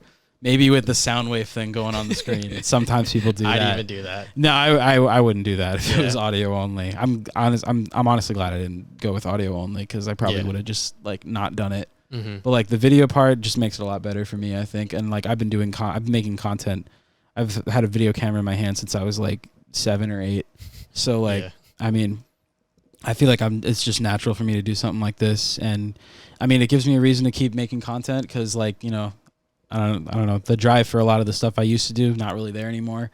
It's just things change. Exactly. Yeah. And you just got to adapt to what you want to do. And this podcast has definitely been that for me ever since I started it. And even before I was like, I got to get going with this. And then a lot of procrastination and laziness and just forgetting that I wanted to do it. And then I was like, you know what? I'm going to just hit the nail on the coffin and just fucking... Yeah, definitely. Just fucking do it. Disciplining myself to just like sit down and like play a game as simple as that. Yeah. Is like, all right, I gotta play Lego Star Wars. Like that's what I'm doing. Yeah, I'm in the same mindset with a lot of things like that too. We're done here. Like when I'm, you know, done with all this, I'm gonna go back home, play Lego Star Wars for as long as I can. Yeah. Hopefully finish it by tomorrow because I'm working throughout the week because I had like picked up shifts because I got bills to pay. You know. Yeah. So I've been working weekends only during the school semester. So like, you know. I haven't had a lot of money, had a lot of income. So, you know, now that I'm... You're going to be going back to full week? Or not a full week. I'm just picking up shifts here and there, you know what I'm saying? Because, like, if I open up my availability again, I know that they're going to fill me up. Because that's what happened last year. Last year, like, they just, like, all right, you're available on this day, you're working this day. I'm like, but I don't want to work this day sometimes, you know? Yeah, so. I honestly, I wish I would have just... I mean, yeah, even if I wasn't making as much money, I feel like I should have, like... change my availability to like maybe I don't know because like only so that way I could probably put more focus on content creation or something. I probably would have been doing something like that a lot. There was sooner. Definitely a point where I was at my current job like sometime last year, like before I went back to school and like changing my availability to weekends only. There was a point where I was like, I should quit, but like I need the money though. Exactly. Yeah. I'm glad I stayed because you know. It's a job, for one thing, and like I don't want to go back on the job market. And because I was able to keep it on weekends only, I know if I quit now and I try to go somewhere else, weekends only isn't gonna fly. Yeah, like even if I'm going to school, so I'm just like I'll just stay here until I'm done with school, and then I'll quit then. But you know, I don't mind being here or being there for you know another year because.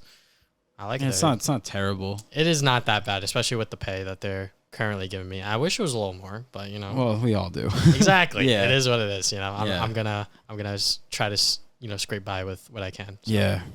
I wish you the best of luck though with that. Thank you, Jimmy. I hope you continue with this podcast. Yeah, I hope so. I hope I can keep it going as long as possible. Because I'm loving this. I think you definitely got something special going. Honestly, like just me to you personally, I think you should do. One solo episode every 10, just so people I was thinking. Yeah, I kind of like I don't know. Like I had so many guest episodes going, and like those were just more fun. Yeah. And like then I was like, I looked at like the solo episodes, they got like no views. So I was like, I don't know, maybe like 1 week you do a solo episode and then a guest episode. Yeah, or maybe the other way around. Maybe. I don't know. I'm thinking about it. I was thinking maybe doing another one. Yeah. Just to kind of like make sure I get at least an episode out a week. Yeah.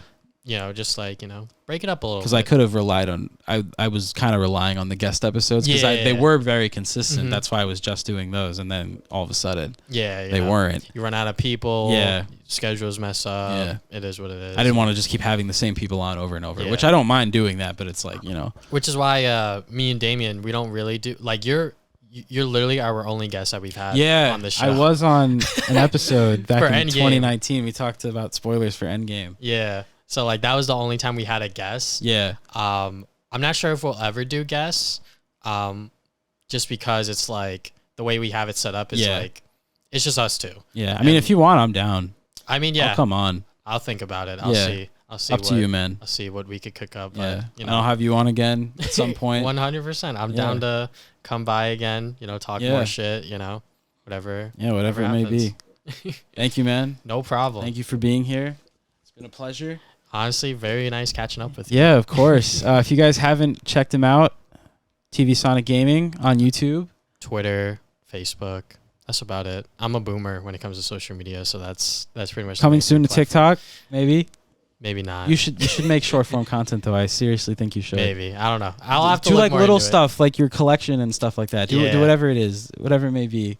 Yeah. Your views might fluctuate. My thing with TikTok is that like I view that as lazy content. Maybe that's just because me being like a no, not even. I've seen some cool shit on. I mean, yeah, 100%. Like I've seen some really cool shit on TikTok, and like when it shows up on my Twitter feed, I'm like, this is fucking great. Yeah. Like that was funny, that was hilarious. But like be just like pointing at stuff and just like text to speech. I don't know.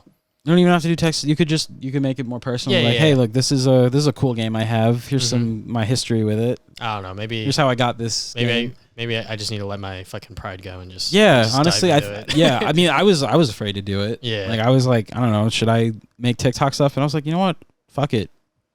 It's a new medium. Might as well try it out. And I got some success off of it. I have almost 700 followers on my TikTok page, and I'm sure that pulled some people into watch the show. Yeah, I had a couple people like leave comments and stuff. Like, I found you on TikTok, really proud of you. Like, this is some cool shit. I'm gonna keep watching. So thank you to anyone that's come from TikTok or Instagram. But yeah, that's gonna wrap it up for this episode of the Jimmy Mullen Podcast. Thank you, Travis, again for being here. Thank you for having me. It's been a pleasure. Been wanting to get you on for a while. Finally made it happen. So if you guys enjoyed this episode, hit that like button. If you're watching on YouTube, leave a comment, share, subscribe, hit the bell. You know the drill. There's all the steps you got to take. Yeah. Apple, Spotify. Yeah, if you're listening on audio, whether it's Spotify, Apple Podcasts, Anchor, Google Podcasts, any of that stuff, there's like so many different ones it's on. Wait, I didn't hit one of these buttons yet. Bruh. All right, there we go. Oh, yeah. Now I was wondering if that was even going to happen. So if you're listening on the audio platforms, either follow, subscribe, whatever it is, give me a rating if they have that. I don't know. With that said, thank you guys for tuning in. Check out Travis's stuff. I'll leave links in the description. With that said, thank you so much for tuning in, and I'll catch you guys in the next one. Take it easy. Peace out. All right, man. Yep, that will be the longest one.